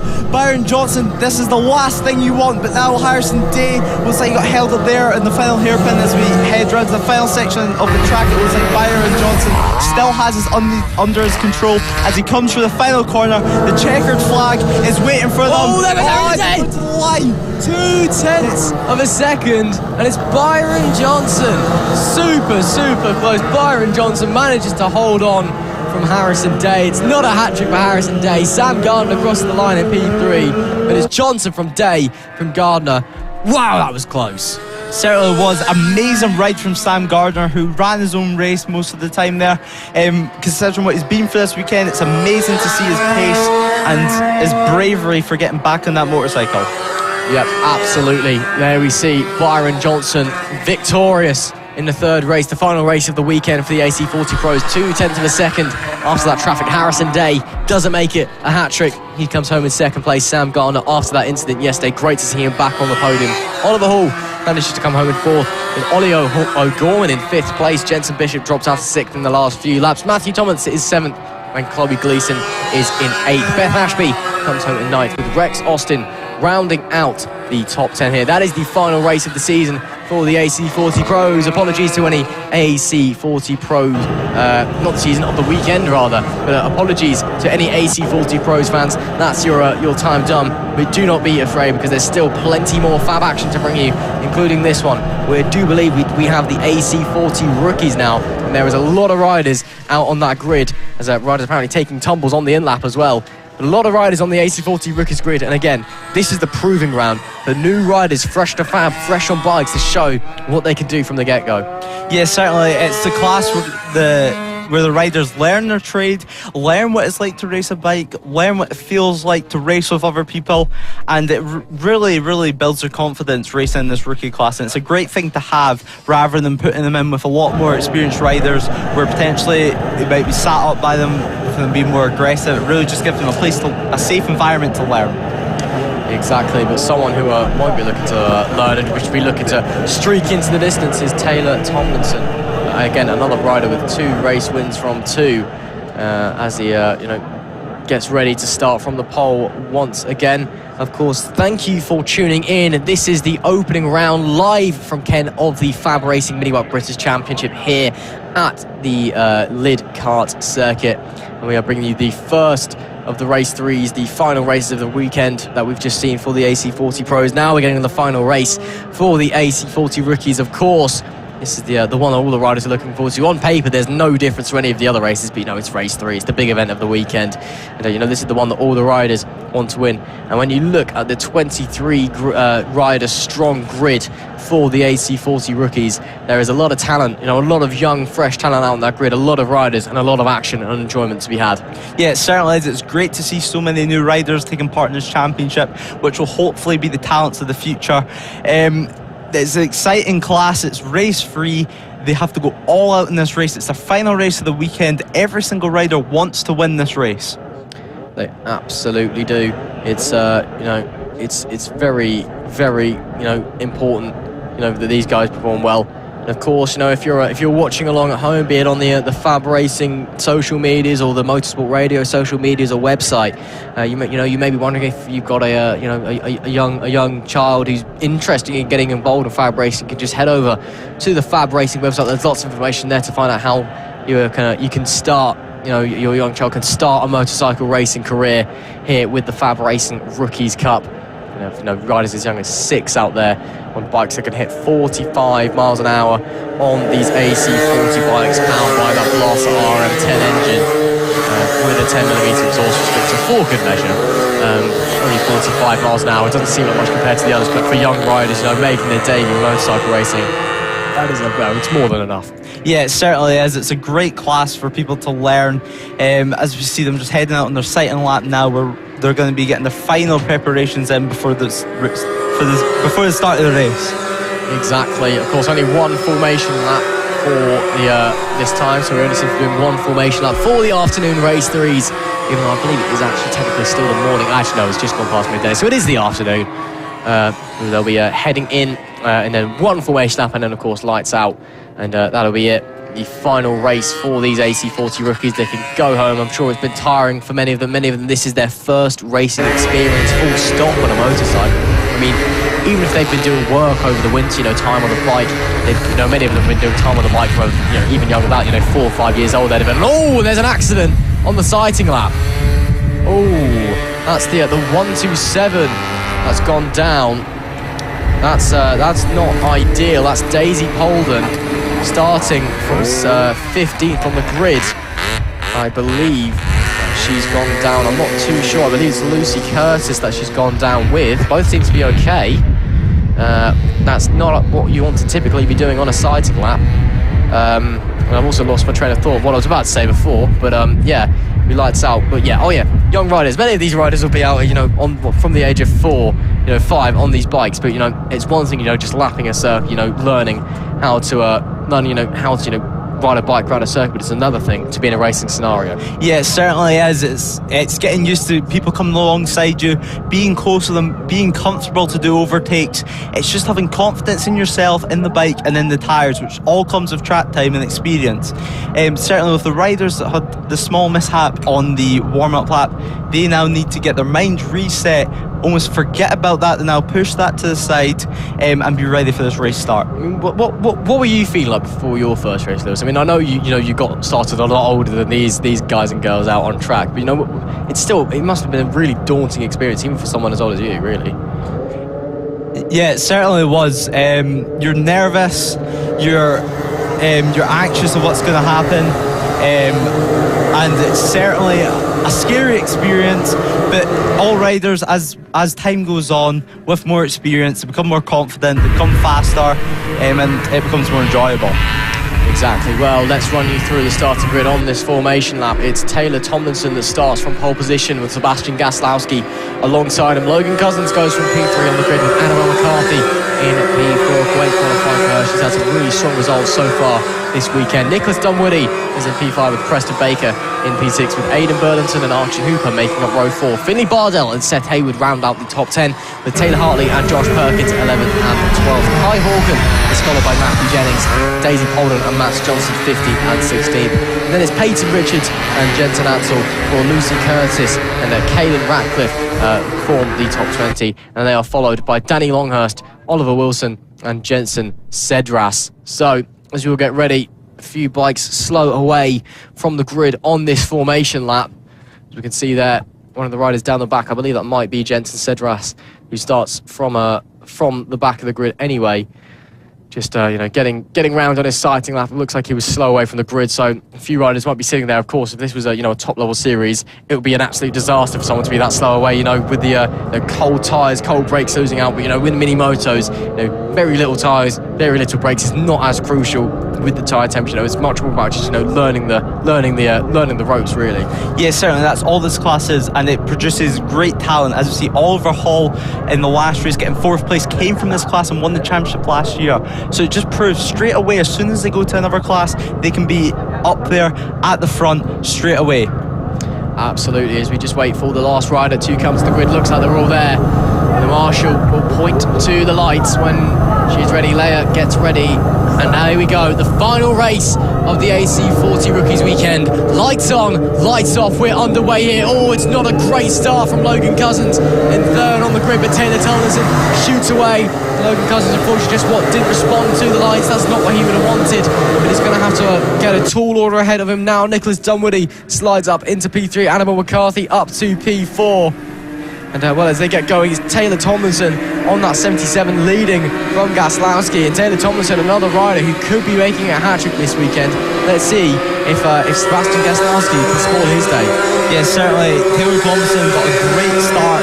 He's at the front already. He can focus on himself. And as we've already seen at the back of the shot there is a big gap already formed only halfway through the first lap.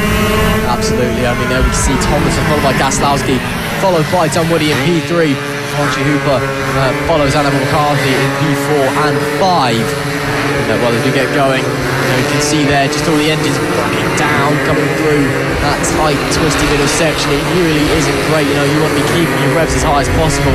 And then you're coming through those very, very slow corners on small tyres, small bikes. You really can't carry a lot of speed around there. And you will see there as well a few of the riders, tucking knees in down the straights. It's something that Lewis brought up yesterday. They're just trying to get as much of an advantage down the straights they can. Of course, they're very small bikes. In fact, most people are bigger than the bikes as it stands. So it's you want to get as much of a straight line speed advantage you can. Just tucking your knees in gives you a slight drag advantage. I mean, it's worth probably half a kilometre an hour at most, probably. But, that is still an advantage. Yeah, it certainly is. Every single little advantage you can get on these mini bikes, you will take. Every single 10th of a second counts in these bikes. As if we look at Taylor Tomlinson right now, he is in the 105, which is an extremely fast lap time of everyone else in the 108s, 106s. He's the fastest rider out on track, and he's by himself, so he can run his own lines without having to get worried about battles. Exactly. But it's great to see that out there. He's having a great time at the moment. But there's lots of riders out on this grid. There we go. Someone's bound to say it eventually, weren't there? Lots of riders out on this grid, and Taylor Tomlinson, doing a very, very good job out the front, just running away with it really as it stands at the moment. Yeah, lots of new riders out on the grid. Riders such as Annabelle McCarthy. We've got Max Johnson down in I believe it's in P14. They've been racing for less than a year.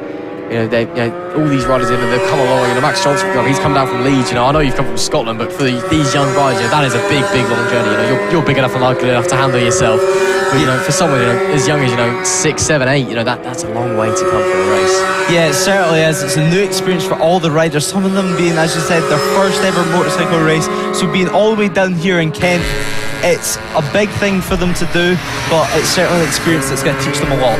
Oh, it definitely is. And going back to the tucking knees in, that shows that many of these guys, they're learning as they go, because they've clearly seen someone do it, go, oh, that might be fast. So even though this is very much the proving ground, it's still great to see that these riders are learning and improving. Another one of those riders, Annabelle McCarthy, as well.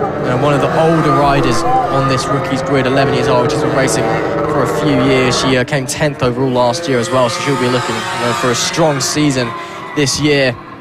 Again, one of the older riders on the grid. It still shows, you can get started as an older rider, and still not, have to worry about your age on these small bikes. Of course, Annabelle, because she's older, she just happens to be bigger. That's just the nature of getting old, isn't it?